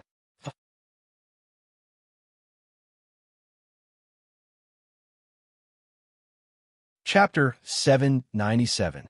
The 17th pier was not a pier, but a famous leisure area in Gangdu. Bars and restaurants were quietly hidden in the complicated streets and alleys. The strange tension in the air of the city these days obviously had no impact on the daily enjoyment of the rich people. It was still an autumn afternoon, but there were already many expensive cars driving into the deep passageway under the careful guidance of the doorman. With the brim of his hat tightly covering his head, Sulu walked quickly through the street. He was wearing a sports windbreaker that he had just stolen from a warehouse in a shop. The powerful government agencies that were chasing him probably did not focus their surveillance on these places. Many years ago, he came to this leisure area called the 17th Pier. He once broke someone's finger in a restaurant. The finger of the director of the Nutshell Engineering Department was as crisp as an iced radish when it was broken. Magnolia killed the first person for Sulu in the back alley of another pub. The blood that splashed out of the neck of the guy who was either from the government or the Leaf family was as light as the orange juice in the pub. Time passed and never came back. Everyone's life had changed so much that even though they were still young, they were already qualified to reminisce about the past like an old man. Sulu walked past the restaurant and pub with his head slightly lowered. He was a little nostalgic, but he did not go in. Instead, he walked along the slightly sloping ramp to a high-end residential area. The afternoon sun shone on Mulberry Lake, dispelling the thick fog on the lake in the largest city in the Federation.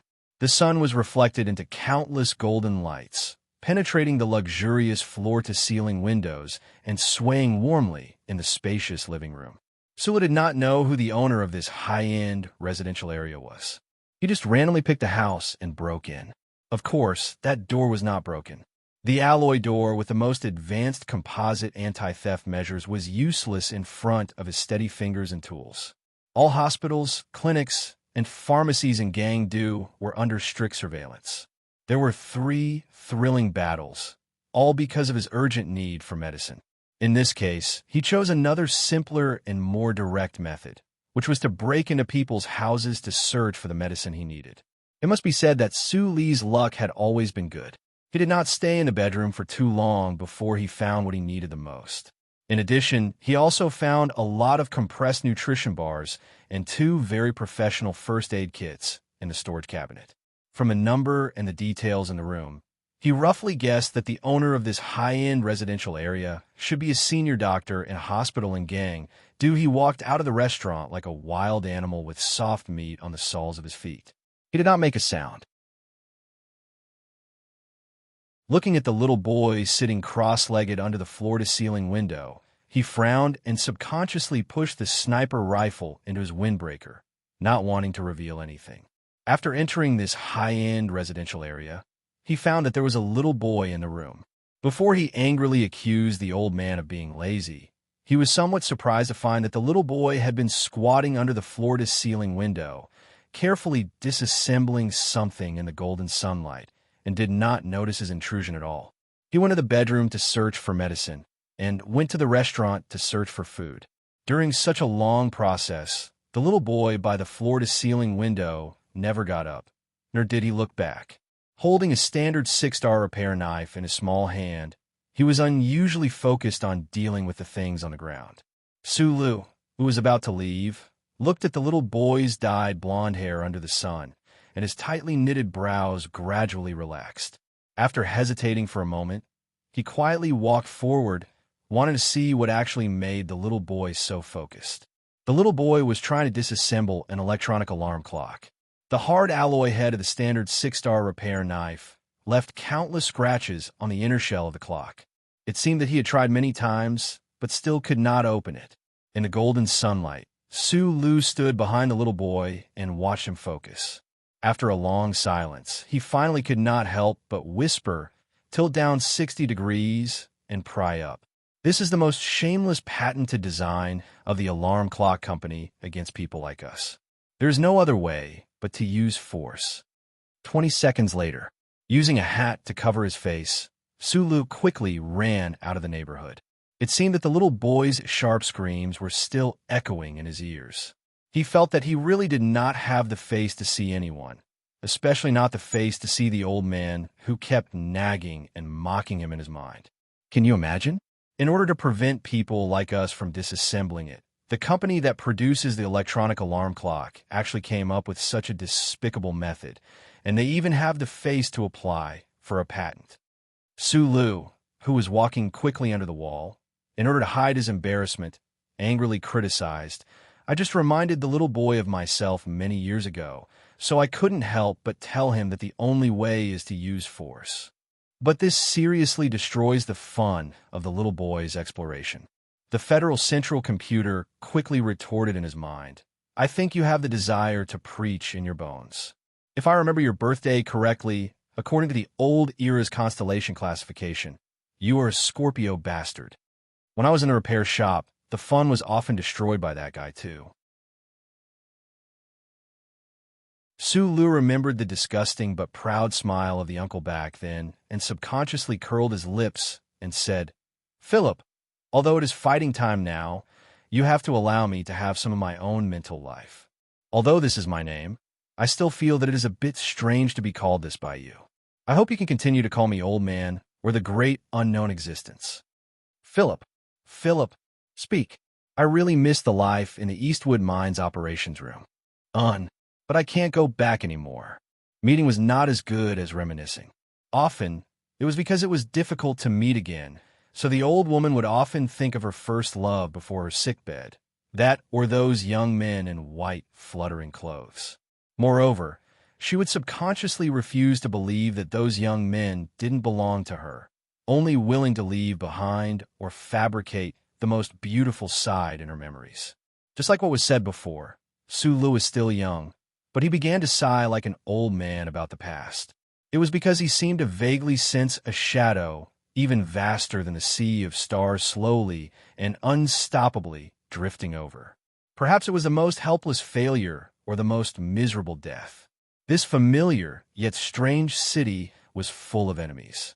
If he wanted to tear everything to shreds and obtain the freedom and right to return to the past, it was easier said than done. But he wasn't afraid. Apart from the sniper rifle in his bosom and the hard military knife by his calf, it was also because he firmly believed that he was never fighting alone. This universe might not have any reason, but there were old men and many people like the owner of the department store in the foothill who were willing to help him. In the face of the strange and tense political atmosphere that was lurking behind the scenes, the big families maintained their silence. The old man in the round hat and the two young successors that he had high hopes for were silently resisting the various bills that the federal government had introduced with the help of public opinion. However, they did not use the vast financial ocean that they controlled to challenge the economic lifeline of the government, which was the most important thing to them. The madam in the back mountain of Macho was similarly silent, even appearing to be too reserved. This was because they had enough confidence to face such a situation. Since the 37th Constitution era, the leaders of these big families were once most afraid of the military god Lipifu. Later on, they were most troubled by the existence of Sulu, but they never feared the Federation government from the bottom of their hearts. They firmly believed that anyone with ideals and firm goals, even those with ambitions, was not to be feared. So they had to restrain the madness in their hearts. Then they could negotiate. As a result, they indifferently watched the drama unfold. When the time was right, they might as well provide some convenience for Sulu, but they definitely wouldn't personally participate. This was the so-called delicate flesh was precious.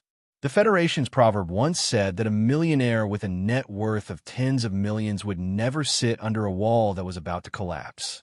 And no matter who won between Sulu and the government, in their eyes, this broken wall was already trembling and in danger. What about the others? Madman Li, who was preparing to force a violent and delightful battle with Princess Su Meng, was urgently called back by the federal military. In the eyes of many people, he was the only one in the entire Federation who could deal with a terrifying figure like Su Lu.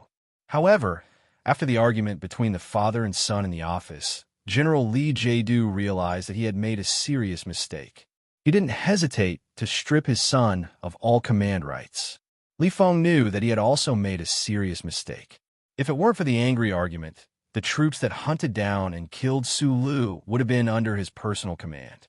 If that had really happened, this battle might have become very interesting. However, the youngest colonel in the Federation didn't have the shrewdness of a seasoned politician. He was full of anger and sadness, and he couldn't control his emotions at that time. He didn't join the team that hunted down and killed Su Lu. He couldn't find a suitable wedge point to help that guy. Li Feng was like a strong young tiger, silently following the combat troops that belonged to Small Eyes. He followed the powerful special forces that had undergone special training in Philadelphia, appeared in the Capitol Airport, appeared in the underground passage of the hospital building, and then followed them to Harbor City. This kind of silent stare gave the two combat units a great deal of psychological pressure. Madman Li's violent and vicious reputation had spread throughout all the military camps since he was 12 years old.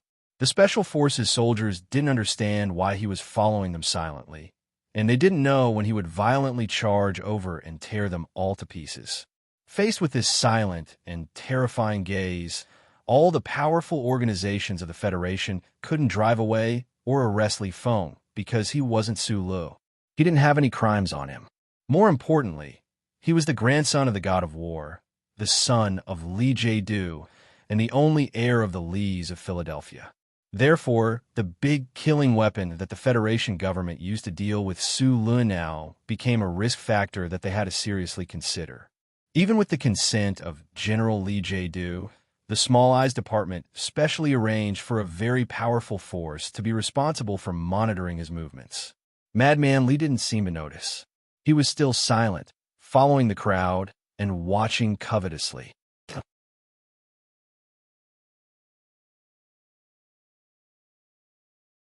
Chapter 798, Capital Special District. After confirming that the delivery of the goods was not discovered by the military, Zoyu's expression finally relaxed a little.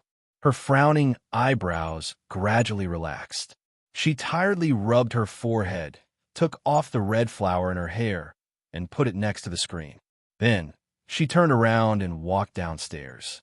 Her father, Zhou Yingxing, was inspecting the strategic reserve bases in the major galaxies according to Mr. President's request. He should be somewhere in the S3 base right now.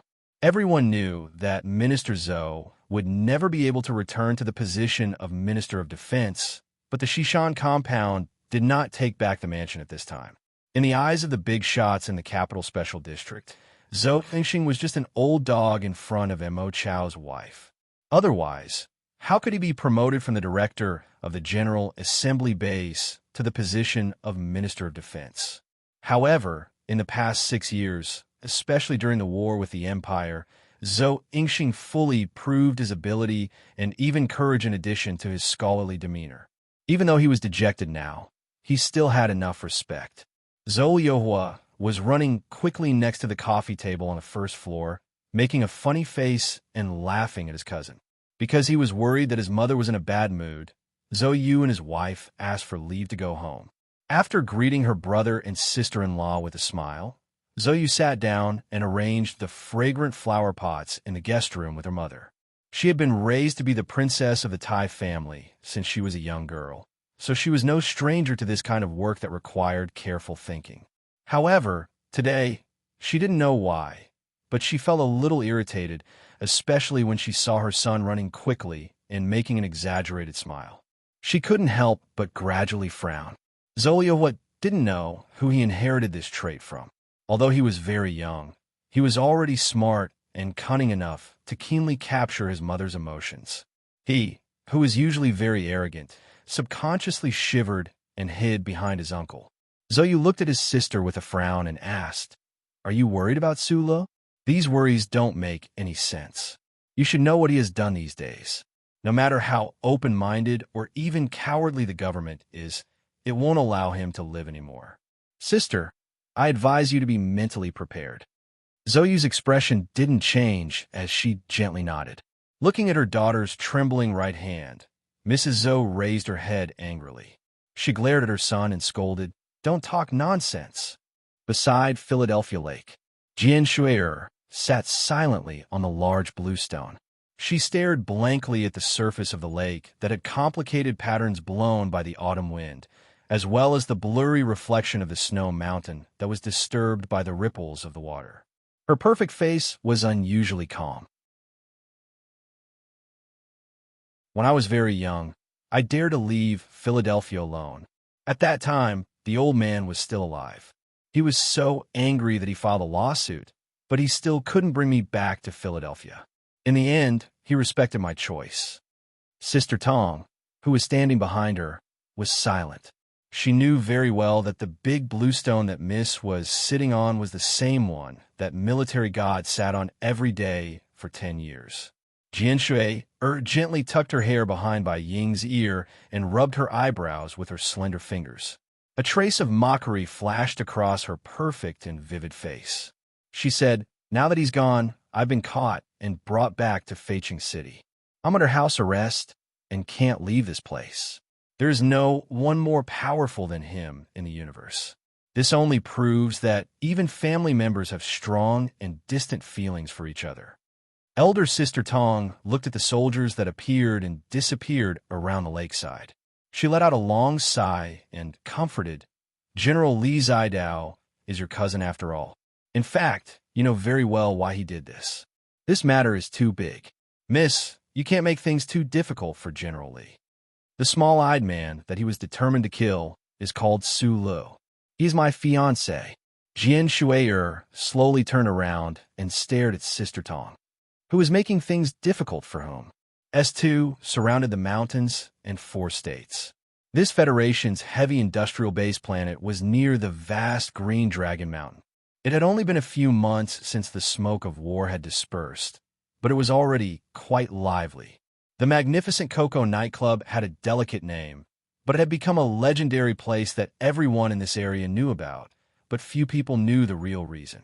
Therefore, when he knew that the other party had arranged the meeting place here, Chairman Fu Jie felt that it was acceptable. Fu Jie, the chairman of the Federation's Heavy Machinery Industry Workers Union, had a high prestige in the hearts of the low-level workers and the instigation power that countless capitalists hated.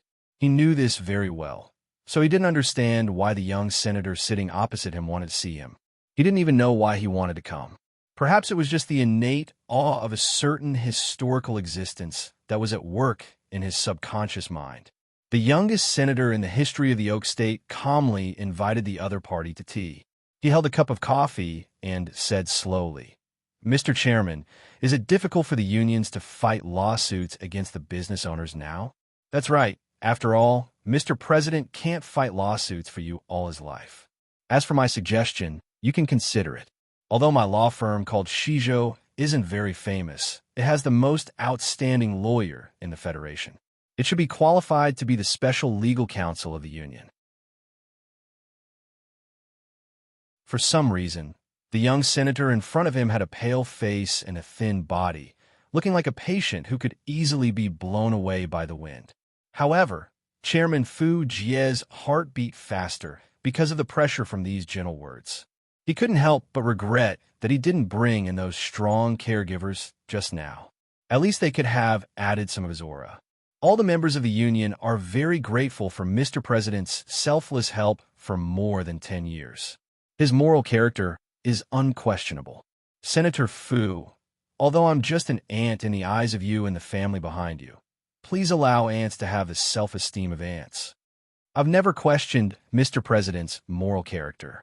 In fact, when I facilitated his visit to Green Dragon Mountain, I believe in his moral character more than anyone else. Tai Ziyuan held a cup of coffee and slowly took a sip. Perhaps he was thinking of the past events that happened in Yue University, and thus remembered an old acquaintance who disappeared in the crowd in Harbor City. His expression seemed a little cold and indifferent. But people change. Mr. President can sacrifice Commander Zhong for the benefit of the Federation. Now, he sacrificed Colonel Su Lu for the stability of the Federation. No one can say when or why he will sacrifice you and the simple and respectable workers in the union. Once you get used to the method of sacrifice, it's easy to get addicted to it, because the one who sacrifices is others, but the one who benefits is yourself. He raised his head and looked at Fu Jie calmly. What's more, what is the goal of a person's life? Mr. President, I suggest you think about this problem at a deeper level. According to George Carlin, a capital and power like me will never voluntarily hand over the power in my hands. But if I do, you can also get more practical feedback.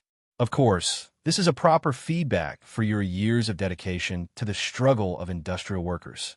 Then, wouldn't it be a very perfect ending? You just said that people change, Li Yao said. Chairman Fu Jie raised his right hand and used his sleeve to wipe the sweat on his forehead. He looked at Tai Ziyuan and said in a trembling voice, "How can you guarantee that you won't change, that you won't go back on your words? My surname is Si. My family and I have existed in this part of the universe for tens of thousands of years and will continue to exist. Mr. President only has 2 5-year terms, so he needs to change, but I don't."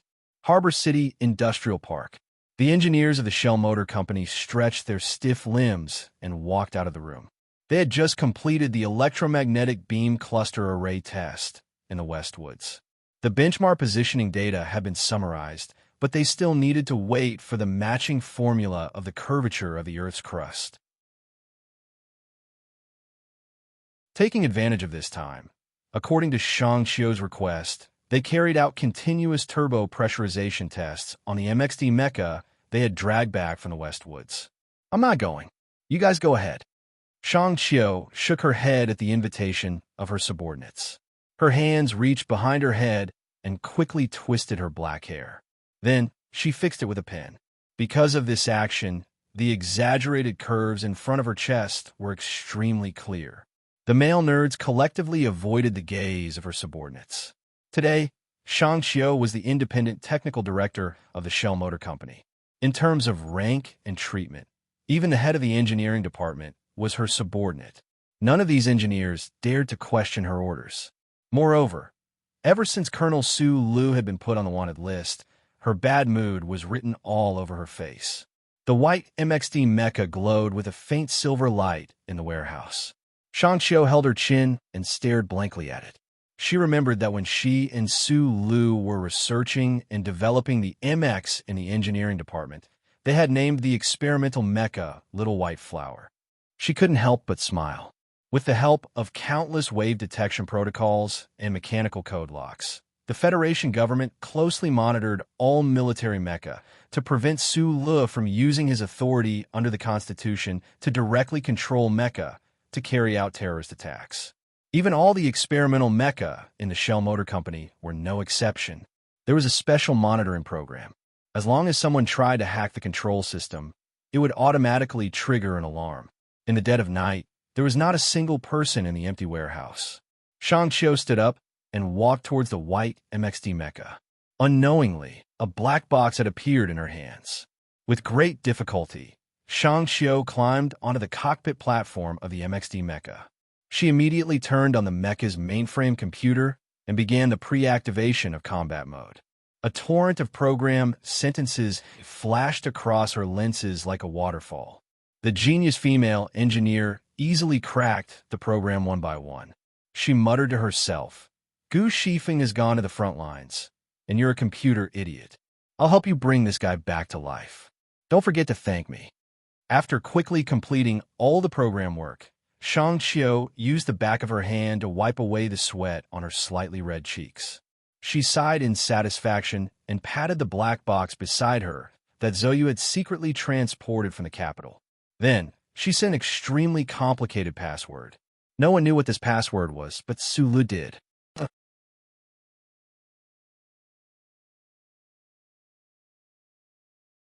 Chapter 799. The Empire's resistance group had ended their visit in the West Woods. The negotiations for assistance were also in progress. However, for some reason, the group did not intend to leave immediately. They remained in the room on the top floor of the Golden Star Hotel. Huai Chaosher frowned slightly as he looked at the TV screen. He was not used to those soft, erotic advertisements.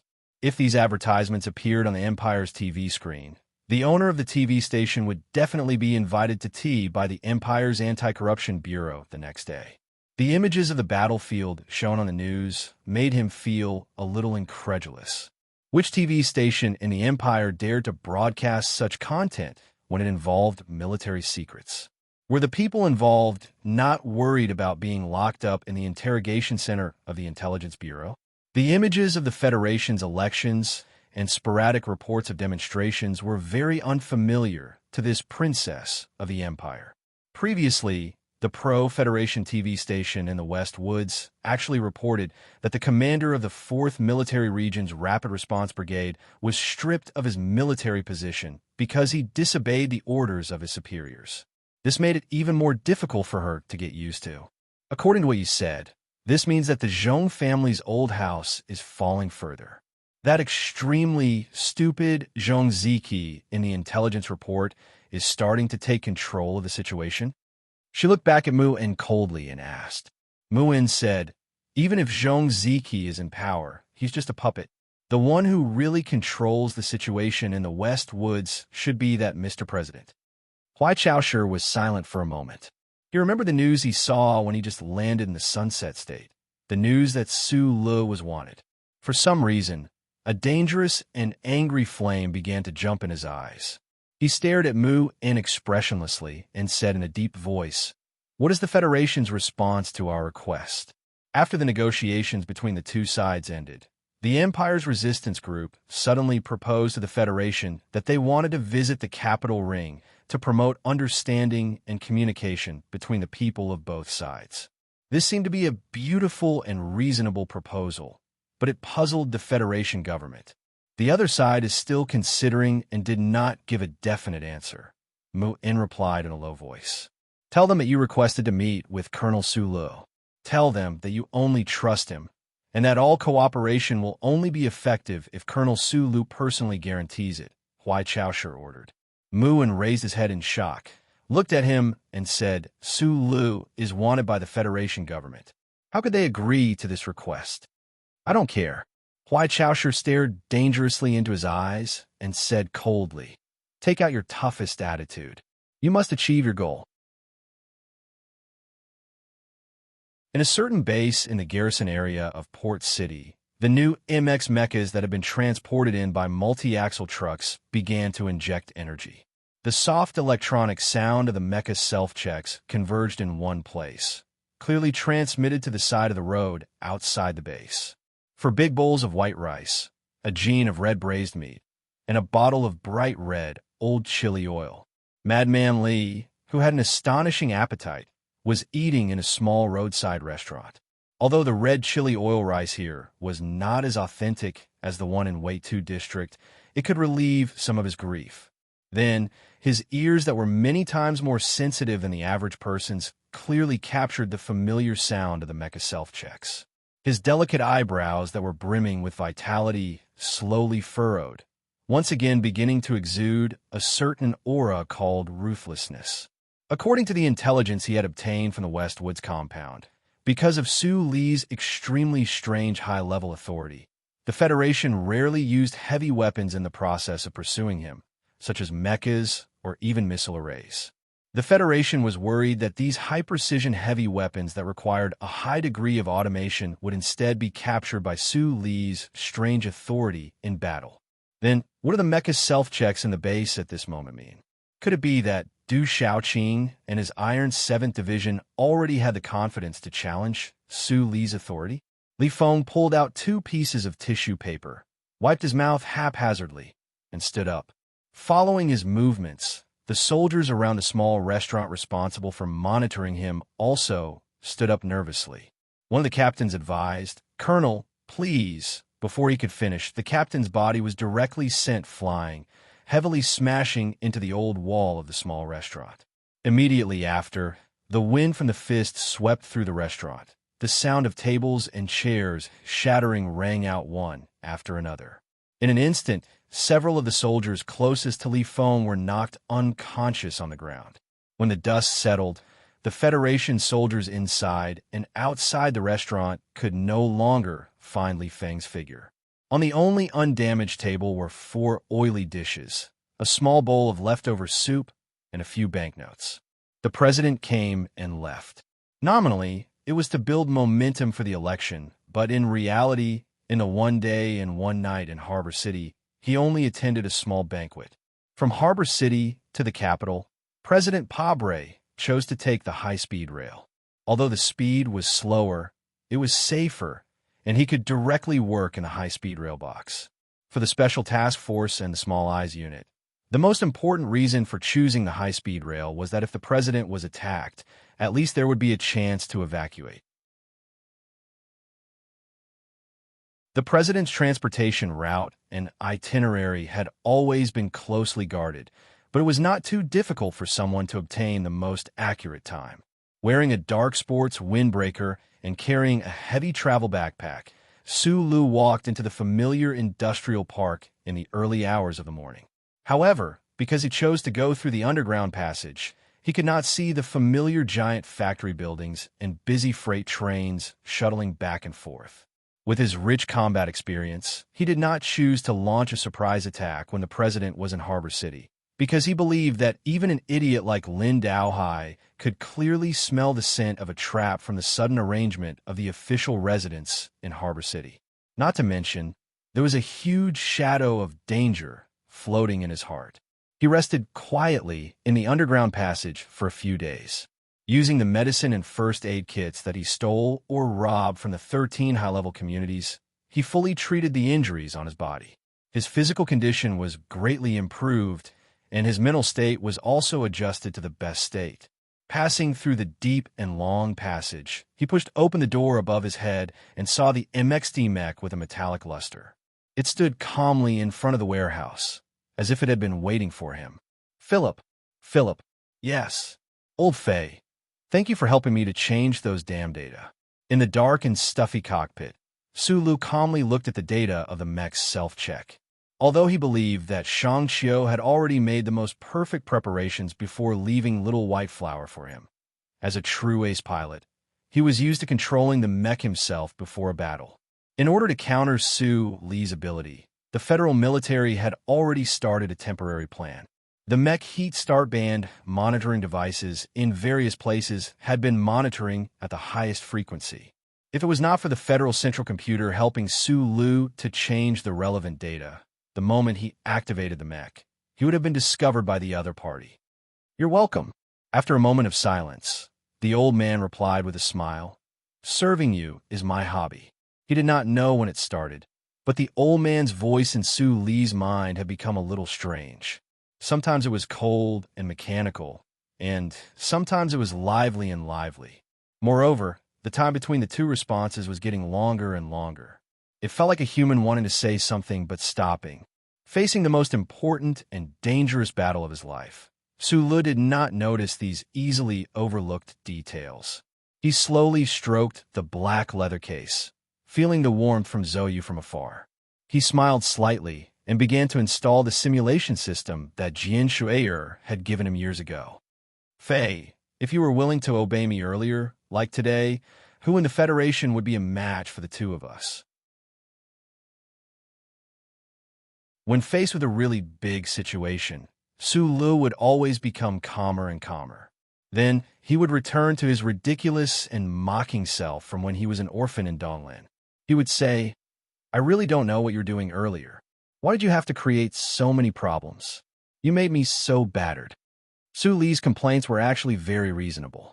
If the Federal Central Computer had been like it was now from the beginning, giving up the constraints brought by the 3 laws of core programming and ignoring the privacy regulations, presenting all the details of the Federation before his eyes, and even helping him to calculate the most reasonable battle strategy, perhaps this battle between an individual and the Federation would have ended with Su Li's victory long ago.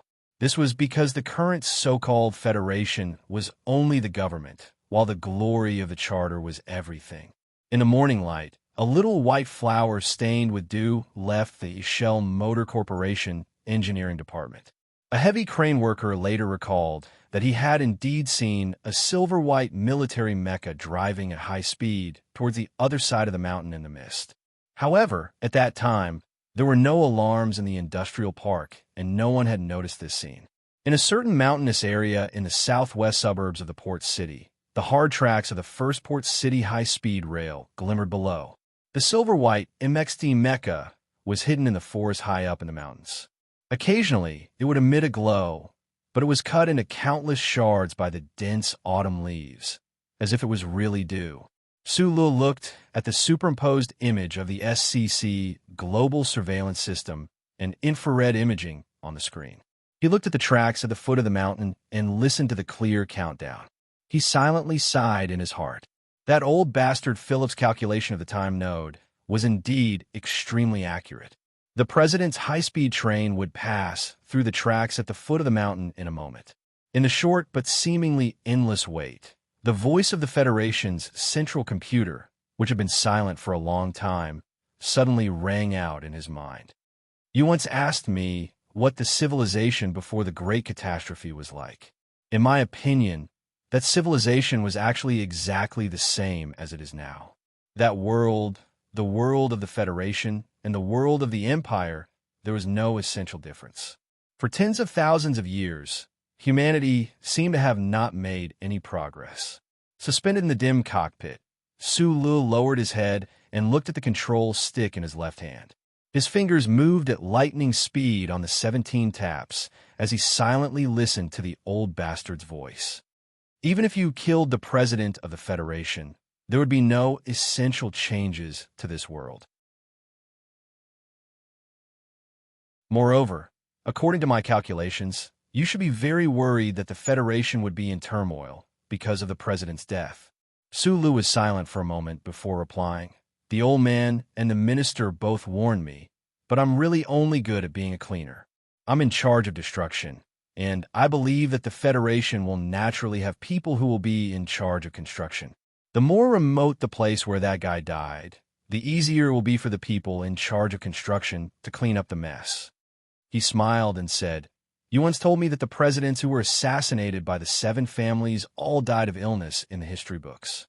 The hard tracks at the foot of the mountain began to vibrate at a high frequency. The train was coming.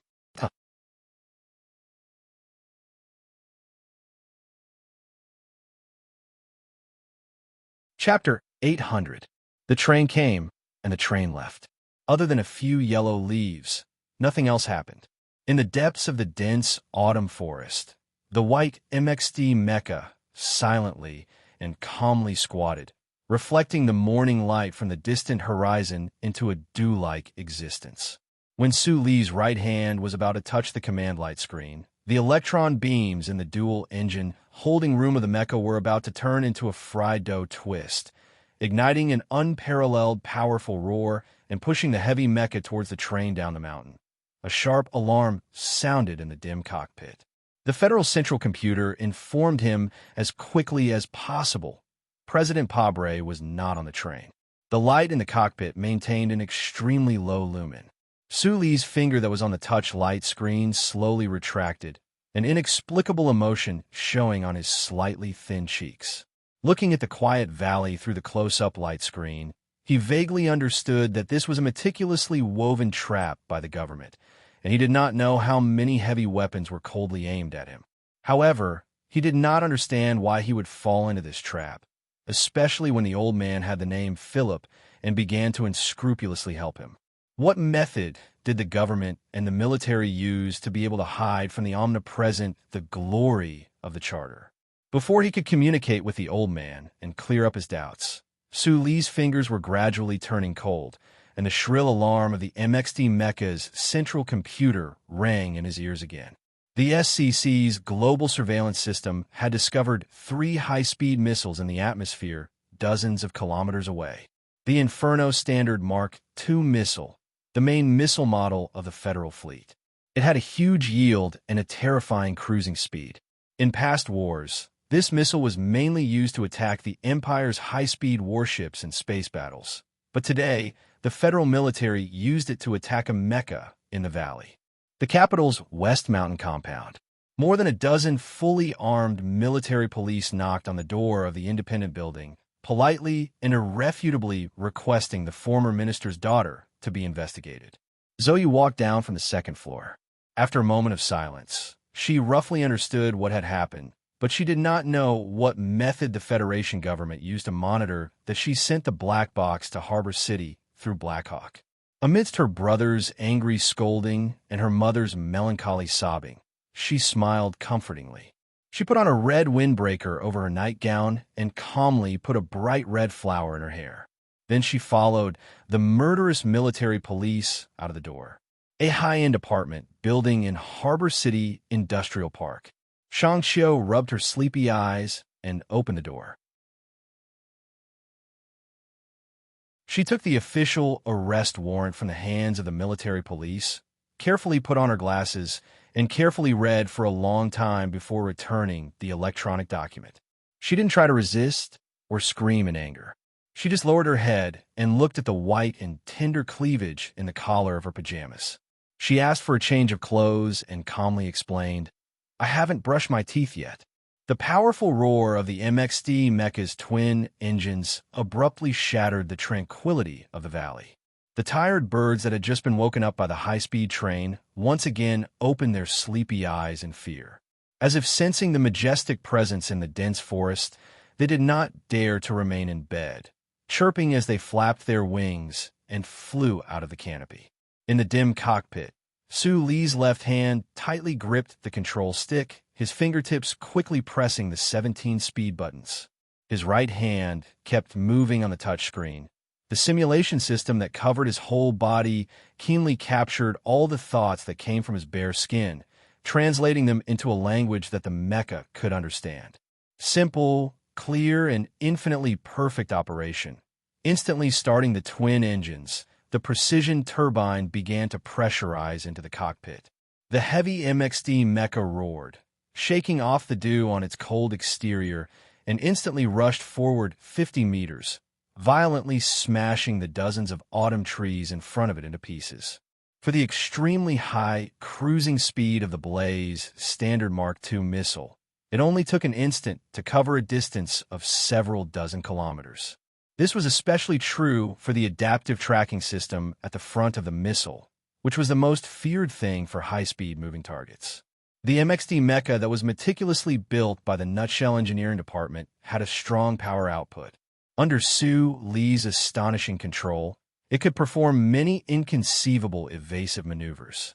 However, he was not confident that he could avoid the 3 missiles that were tearing through the atmosphere, had already begun to descend, and were about to hit the valley.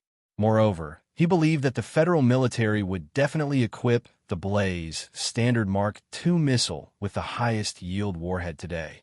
The effective killing area after the missile hit would definitely be shocking. Sula still did not press that red button. He ordered Little White Flower to take off her heavy coat and enter the most powerful overclocking state. According to his calculations, if he entered the overclocking state early, even if he could avoid the first wave of missiles, he would not be able to face the second and third waves that would definitely follow. There was a limit to how long the overclocking state could be maintained. Even if he could successfully break out of the invisible ambush around the valley, he would not be able to sustain the battle for a longer period of time. But why did he still want to fight for a longer period of time? The tall and heavy MXD mecha charged down the mountainside, knocking down autumn trees and startling the morning birds. Then, following the hard tracks, it began to sprint due west. The capital was that way, and President Pabre should also be there. If he could luckily avoid the 3 Blaze Standard Mark II missiles above the atmosphere, then today would definitely be a long battle. Right at this moment, in the dimly lit cockpit of the mecha, the central control computer once again emitted a shrill alarm. The SCC global surveillance system had captured that 3. For kilometers away, a large concentration of electromagnetic beam bombs had begun to activate. A moment later, countless electromagnetic beam bombs that were highly destructive to mecha began to fly towards them in a dense mass. The face half hidden by the helmet was expressionless. Su Li's control was as steady as ever. Only he himself knew that the heart on the left side of his chest was falling bit by bit, turning cold bit by bit. It seemed like a perfect ambush strategy. The white MXD mecha that was sprinting along the tracks should not have any reason to survive. However, immediately after that, the officers in the temporary federal military base who were preparing to check the effects of the bombardment saw one scene after another through various monitoring devices that shocked them.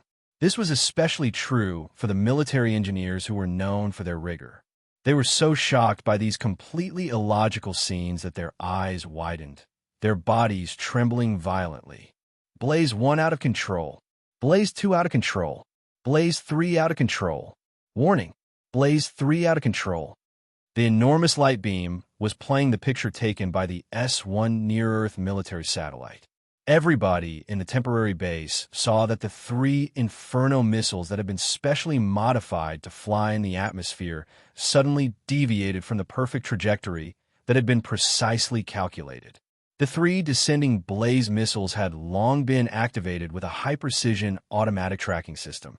According to the base's plan, they would accurately hit the fleeing MXD mecha in the blink of an eye. No one would have thought that these 3 missiles would, at this moment, as if they were performing a group dance. They adjusted their postures at the same time in unison and mysteriously flew out of the atmosphere.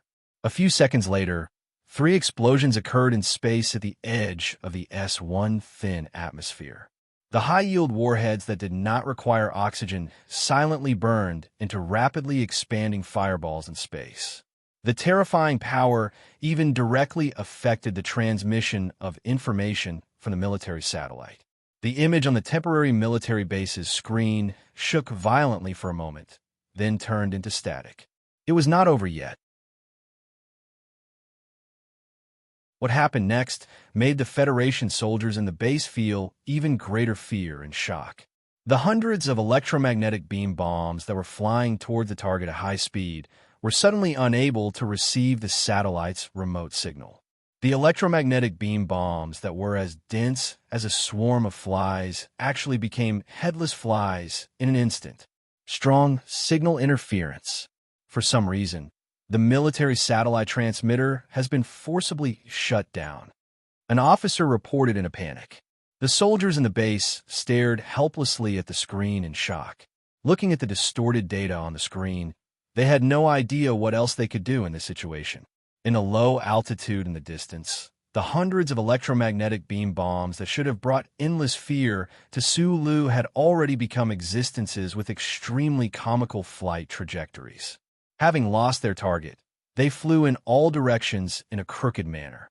Under the silent guidance of some great being, they did not land in any human settlements, but instead desperately spat out the last of their liquid fuel to fly over the electronic fence and into the vast protected wildlife area. Amidst the dense thuds, the hundreds of electromagnetic beam bombs fell from the sky after exhausting their power, smashing heavily into the soft grass. It was as if the heavens had rained down a strange oil bucket. Amidst the continuous explosions, the hundreds of electromagnetic beam bombs exploded in a very rhythmic manner. The dark blue electric arcs that were extremely lethal to mechas had no obvious effect on the soft and wet grass.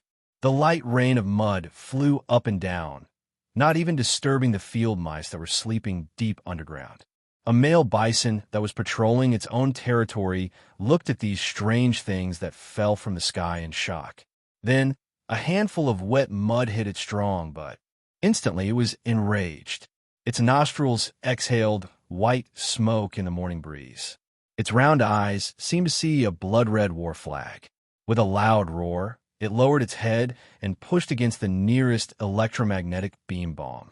Amidst the crisp sound, the bison pushed the heavily damaged electromagnetic beam bomb shell into a pond. After confirming its victory, it raised its head proudly.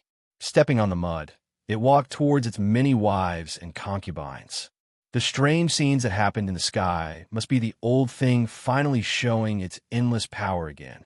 In the dim cockpit, Sulu, whose eyes were slightly red, showed a trace of a sincere smile. Outside the valley, there was a heavy armored team and the special forces under Small Eyes. The dense rain of bullets and the heavy individual firepower from the mountaintop interweaved around the white MXD mecha. Under Su Li's control, the MXD mecha seemed to have some kind of magic. Amidst the roaring of the engine, the heavy mecha carried out perfect evasive maneuvers tirelessly, destroying the heavy armored vehicles in front of it one by one. That guy definitely wouldn't help him hurt the Federation soldiers in the ambush circle. He thought this as he fought, and he agreed with the old thing's decision. Sulu didn't know that in a place he couldn't see, in the sky above, a Federation battleship was coldly watching him and starting to prepare to fire its main cannon. Of course, even if he knew, he probably wouldn't care too much, and he definitely wouldn't despair. Human matters were left to humans, and mechanical matters were naturally left to the old thing.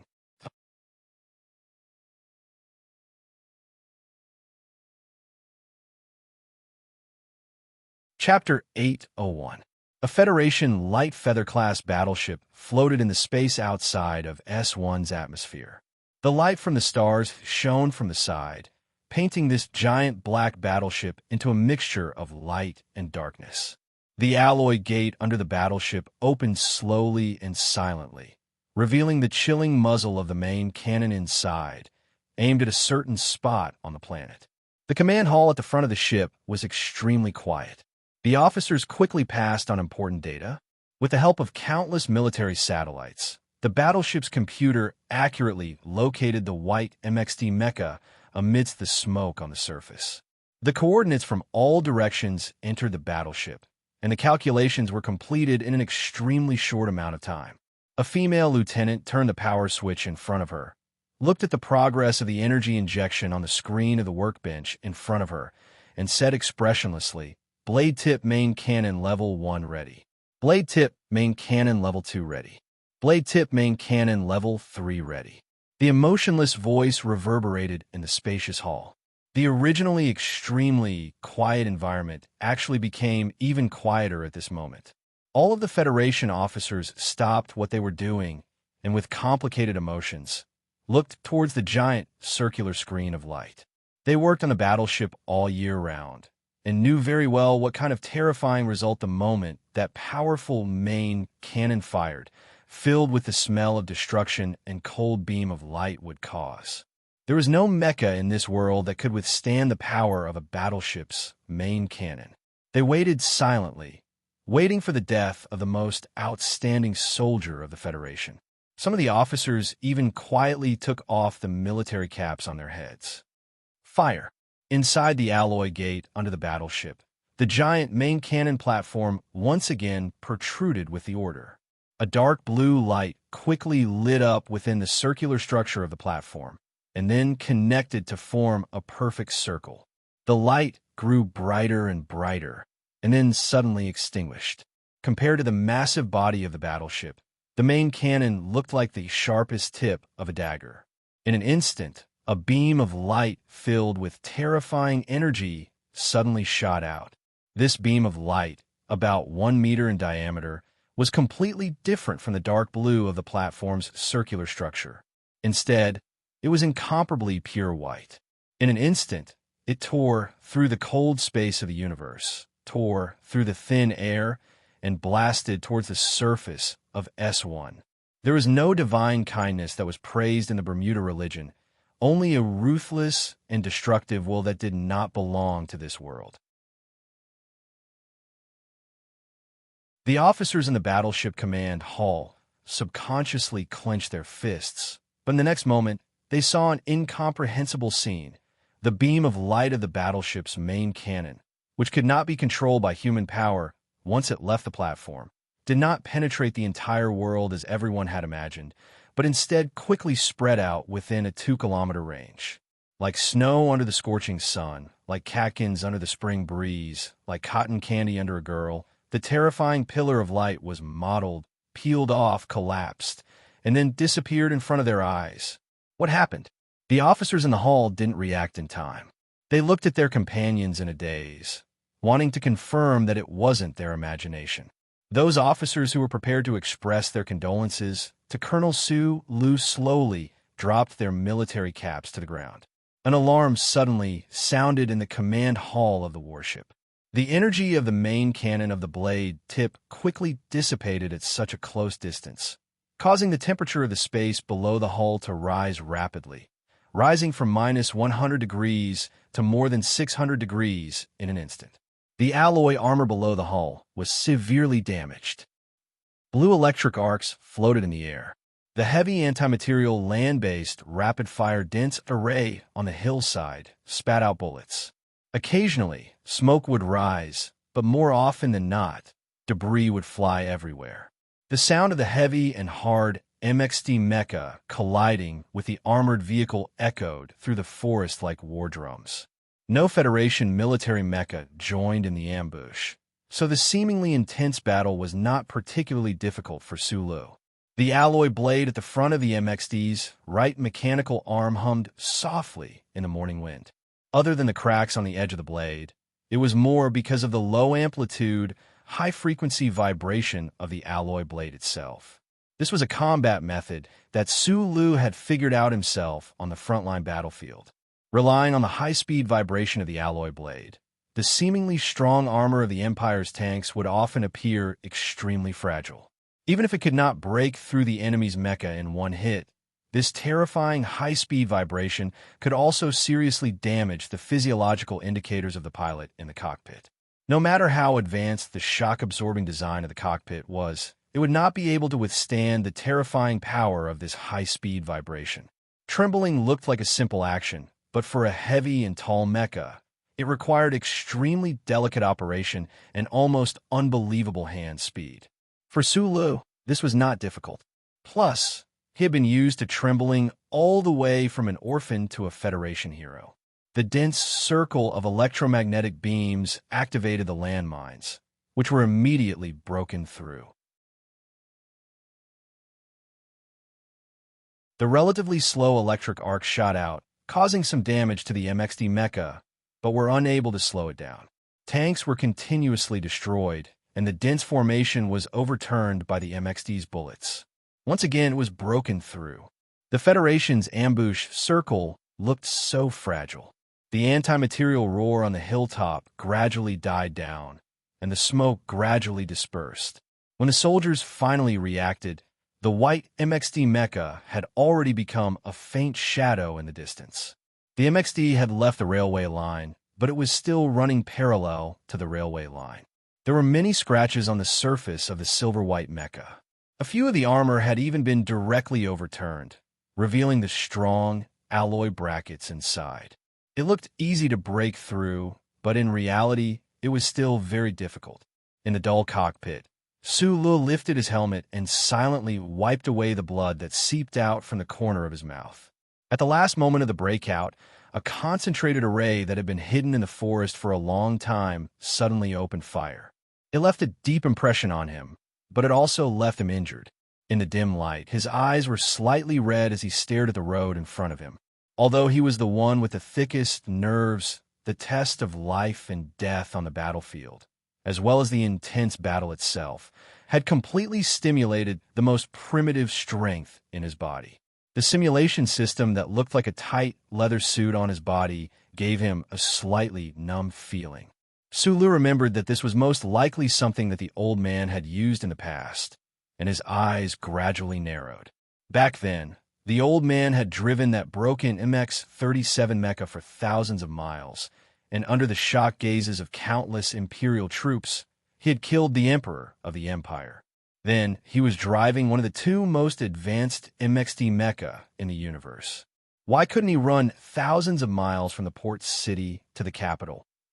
Little white flowers bloomed wildly beside the railway line. After breaking through the ambush, there were no federal forces gathering in the surrounding area for the time being. Sulu relaxed a little. He took out 2 compressed nutrition bars from the backpack beside him, broke them in half, and quickly swallowed them. In the fierce battle earlier, he had been controlling the loss of Jinchi, so he wasn't too hungry. However, since the battle was still going to be long, he had to replenish some energy in advance. At this moment, his tense nerves also needed to be relaxed. He narrowed his eyes and suddenly said, "Philip, you drive. I'm going to get some fresh air. All right, help me make a call while you're at it." In the autumn morning breeze, the cockpit door of the silver mecha that was speeding through the forest suddenly opened. Sulu walked out, stood on the sturdy cockpit door, and lowered his head to light a cigarette. The unmanned mecha didn't slow down in the slightest. The surrounding forest was quiet, and the slightly cold autumn wind whistled and blew. He narrowed his eyes and looked at the road ahead. He took a deep breath of the spicy smoke and said into the communicator in his hand, "You know I'm on my way. Stop. This won't do the Federation any good." President Pabre's deep voice slowly sounded. "For me, the more important thing is that it won't do you any good either," replied Sulu. "Do you really want to turn yourself into a notorious terrorist? I already admitted this identity in the dream a few years ago." The president's voice was abnormally calm. "Do you really think that the entire Federation has wronged you? Think about those people who help you even if it meant breaking the law. Maybe after a while, you'll suddenly realize that the things you've been holding on to will become a painful joke." This was the first time since the start of the war that the president had voluntarily hung up the phone. In the capital airport, Pabre silently looked at the silent phone in his hand. He shook his head inexplicably and then walked down from the Federation one. Under the vigilant protection of the Federation's most elite soldiers, he quickly walked to the car. He asked Director Breen, who had come to greet him, in a deep voice, "How's the situation over there? Why did another accident happen?" Director Breen lowered his voice and replied, "General Lee Jae-do and Director Choi have been keeping an eye on the Bureau of Proclamation. The biological marker comparison has been going on for a while now, and there's some progress, but it seems that some problems have appeared again. In the depths of the Bureau of Proclamation, General Lee Jae-do, who looked a little tired, rubbed his sunken eyes and answered a call from Harbor City. Listening to the report on the phone, his expression was still calm. However, after hanging up the phone, he looked at Director Choi Judong with a sharp gaze. Since it was willing to give the clue about Zhou, why did it stop the missile and even the warship's main cannon from launching? How do you explain that? It's impossible to explain. This is something that I can't understand. Choi Judong didn't turn around. He didn't even care about Lee Jae-do's feelings. His expression was a little numb, but he was extremely focused on the front. The ambush circle in Harbor City has suffered heavy losses. Lee Jae-do's eyes slightly lowered and said slowly, "There has to be a reason for this. You two idiots. This is because he is making a judgment. He is in conflict. He is struggling." There was actually a third person in the quiet and dim underground hall. Biderman, who was sitting on the ground like a child, pointed at the huge, translucent light screen in front of him and shouted almost crazily.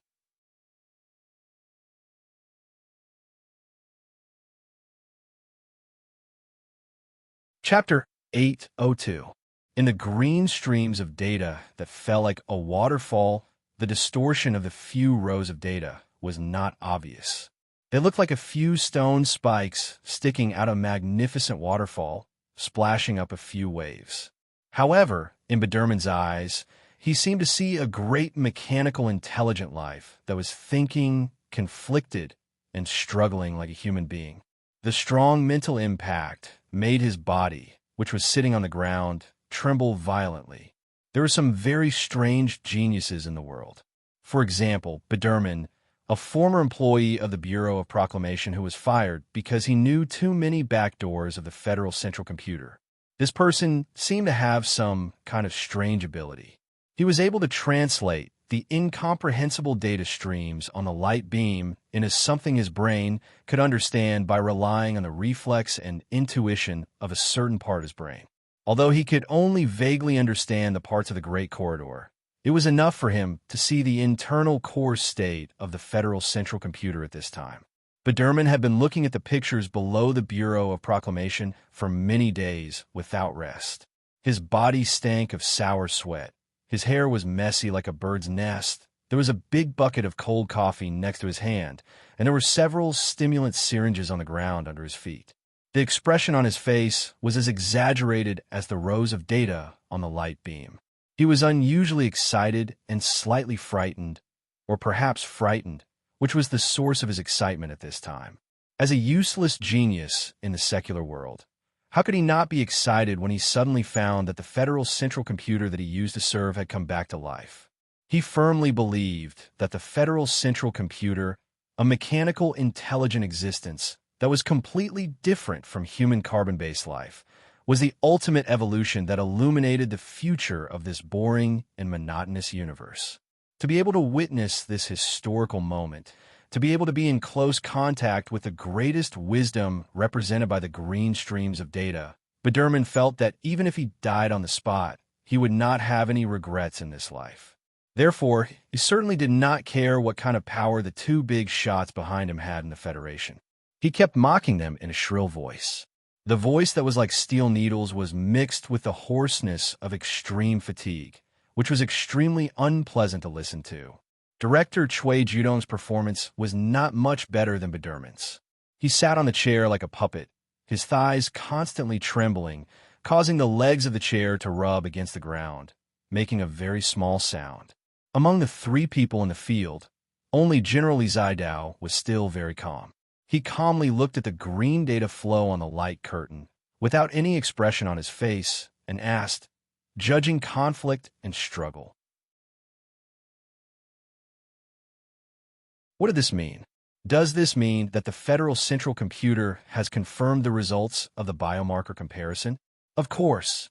Biderman opened the lid of the coffee can with his trembling fingers. His eyes did not move at all as he stared greedily and hungrily at the data flow on the light screen. He would never forgive himself if he missed a single scene. Anomaly number 72, coupled with the fact that the biomarker has been confirmed, the incident sequence has directly broken through the first sequence. But the problem is that Su Lu has already obtained the protection authority of the first sequence. That's why there is a conflict. Don't you understand? Biderman quickly explained in an extremely unpleasant voice. He mocked and insulted. You two carbon-based idiots should be crying in happiness right now. If the files I've read before are correct, then what you see today will be the only conflict of the highest authority of the Federal Central Computer after the Great Catastrophe. Being ridiculed and insulted by such an insignificant person, Chui Jiadong was immersed in painful and torturous thinking.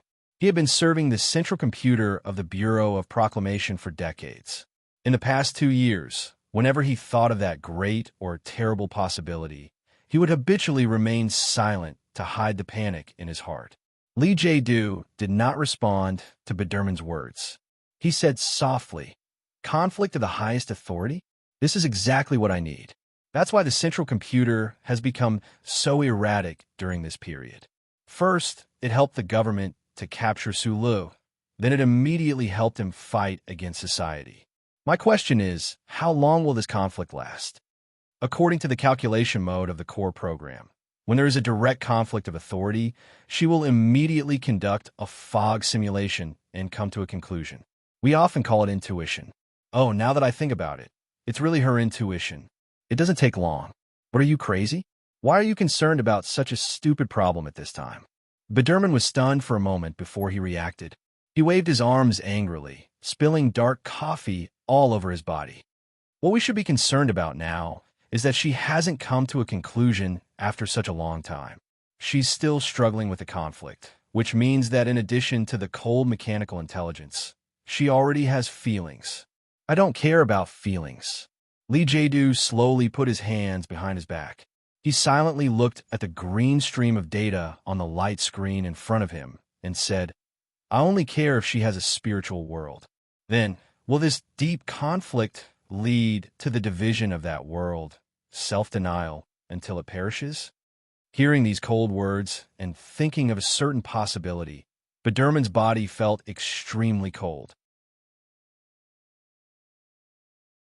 Just as he was about to grab the metal coffee can and kill Li Jiedu and Chui Jiadong behind him, a very strange scene suddenly appeared in his black pupils. It was the two-dimensional light screen hanging above the magnificent underground space. Like a sudden storm, the waterfall-like green data streams suddenly flowed at a high speed. Then, as if they had lost gravity, they violently shot in all directions. Thousands of data streams twisted and twisted together, silently and violently rubbing against each other, and then broke into pieces from the middle. The data fragments gradually faded from the original green color that was full of life and turned into countless white light spots. However, it was not over yet. The white light spots began to move irregularly and collide with the huge light screen. Their speed was getting faster and faster, violent and majestic. Gradually, it was beyond the extent that human eyes could see. They turned into dozens of light spots that condensed powerful energy. Two thin streams of blood trickled down from the corners of Bateman's eyes, but he didn't seem to notice it at all. He curled his body into a ball and stared at the light screen like a baby.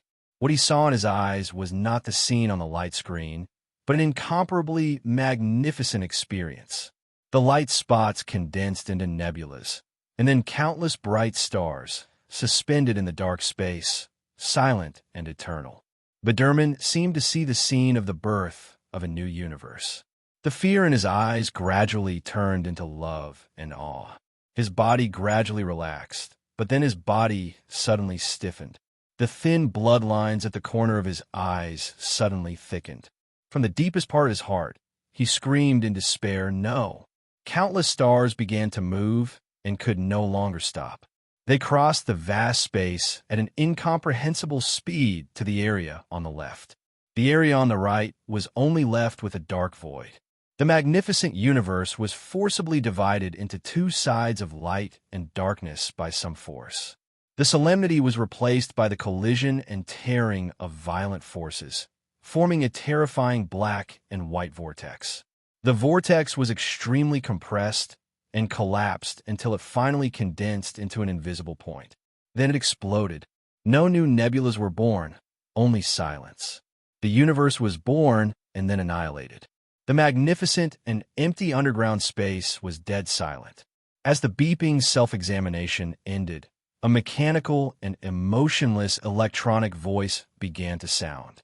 Warning, Colonel Su Lu of the Federation, Original Citizen ID DLAS 420500481X, Additional Citizen ID SLAT 5102000431X, has been identified as a member of the Empire's Seed Project through biological identification and related evidence.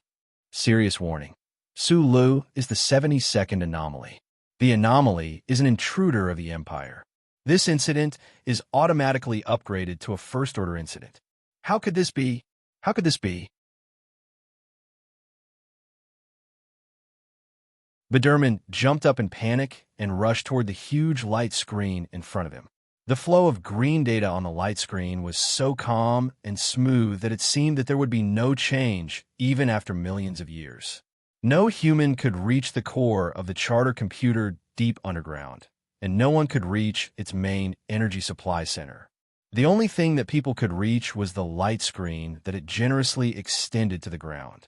Biderman confirmed the fact and collapsed to the ground. He helplessly slapped the data column below the light screen and cried out, "Don't go! Don't go! Don't die!" In the distant Bermuda Triangle Star region, a large smuggling ship was suffering unprecedented humiliation and torture. Not far away in space, a strangely shaped spaceship that looked like a pile of junk blocked their way. The smuggler's spaceship, which had extremely high speed, could not find any way to escape in front of this junk-like spaceship. The speed of that broken spaceship was so terrifying that it was shocking, especially when they thought of the unimaginable acceleration of the spaceship. The smugglers' militants, who were already in despair, could not understand how the abominable crew in the broken spaceship could withstand such a huge force. The large smuggling ship had been hit by the junk-like spaceship more than 20 times in a row. The solid planks of the ship had long been damaged. The life support system had already started to sound the alarm. The weapons on the smuggling ship had clearly hit the spaceship several times, but it didn't seem to have any effect. What frightened the people on the ship the most was that, without them knowing, the spaceship had directly hacked into their communication system. "I don't rob money. I don't rob food. I don't rob women. I only rob spaceships." A deep and powerful but extremely funny voice sounded inside the smuggling spaceship. "This young master's patience is very short.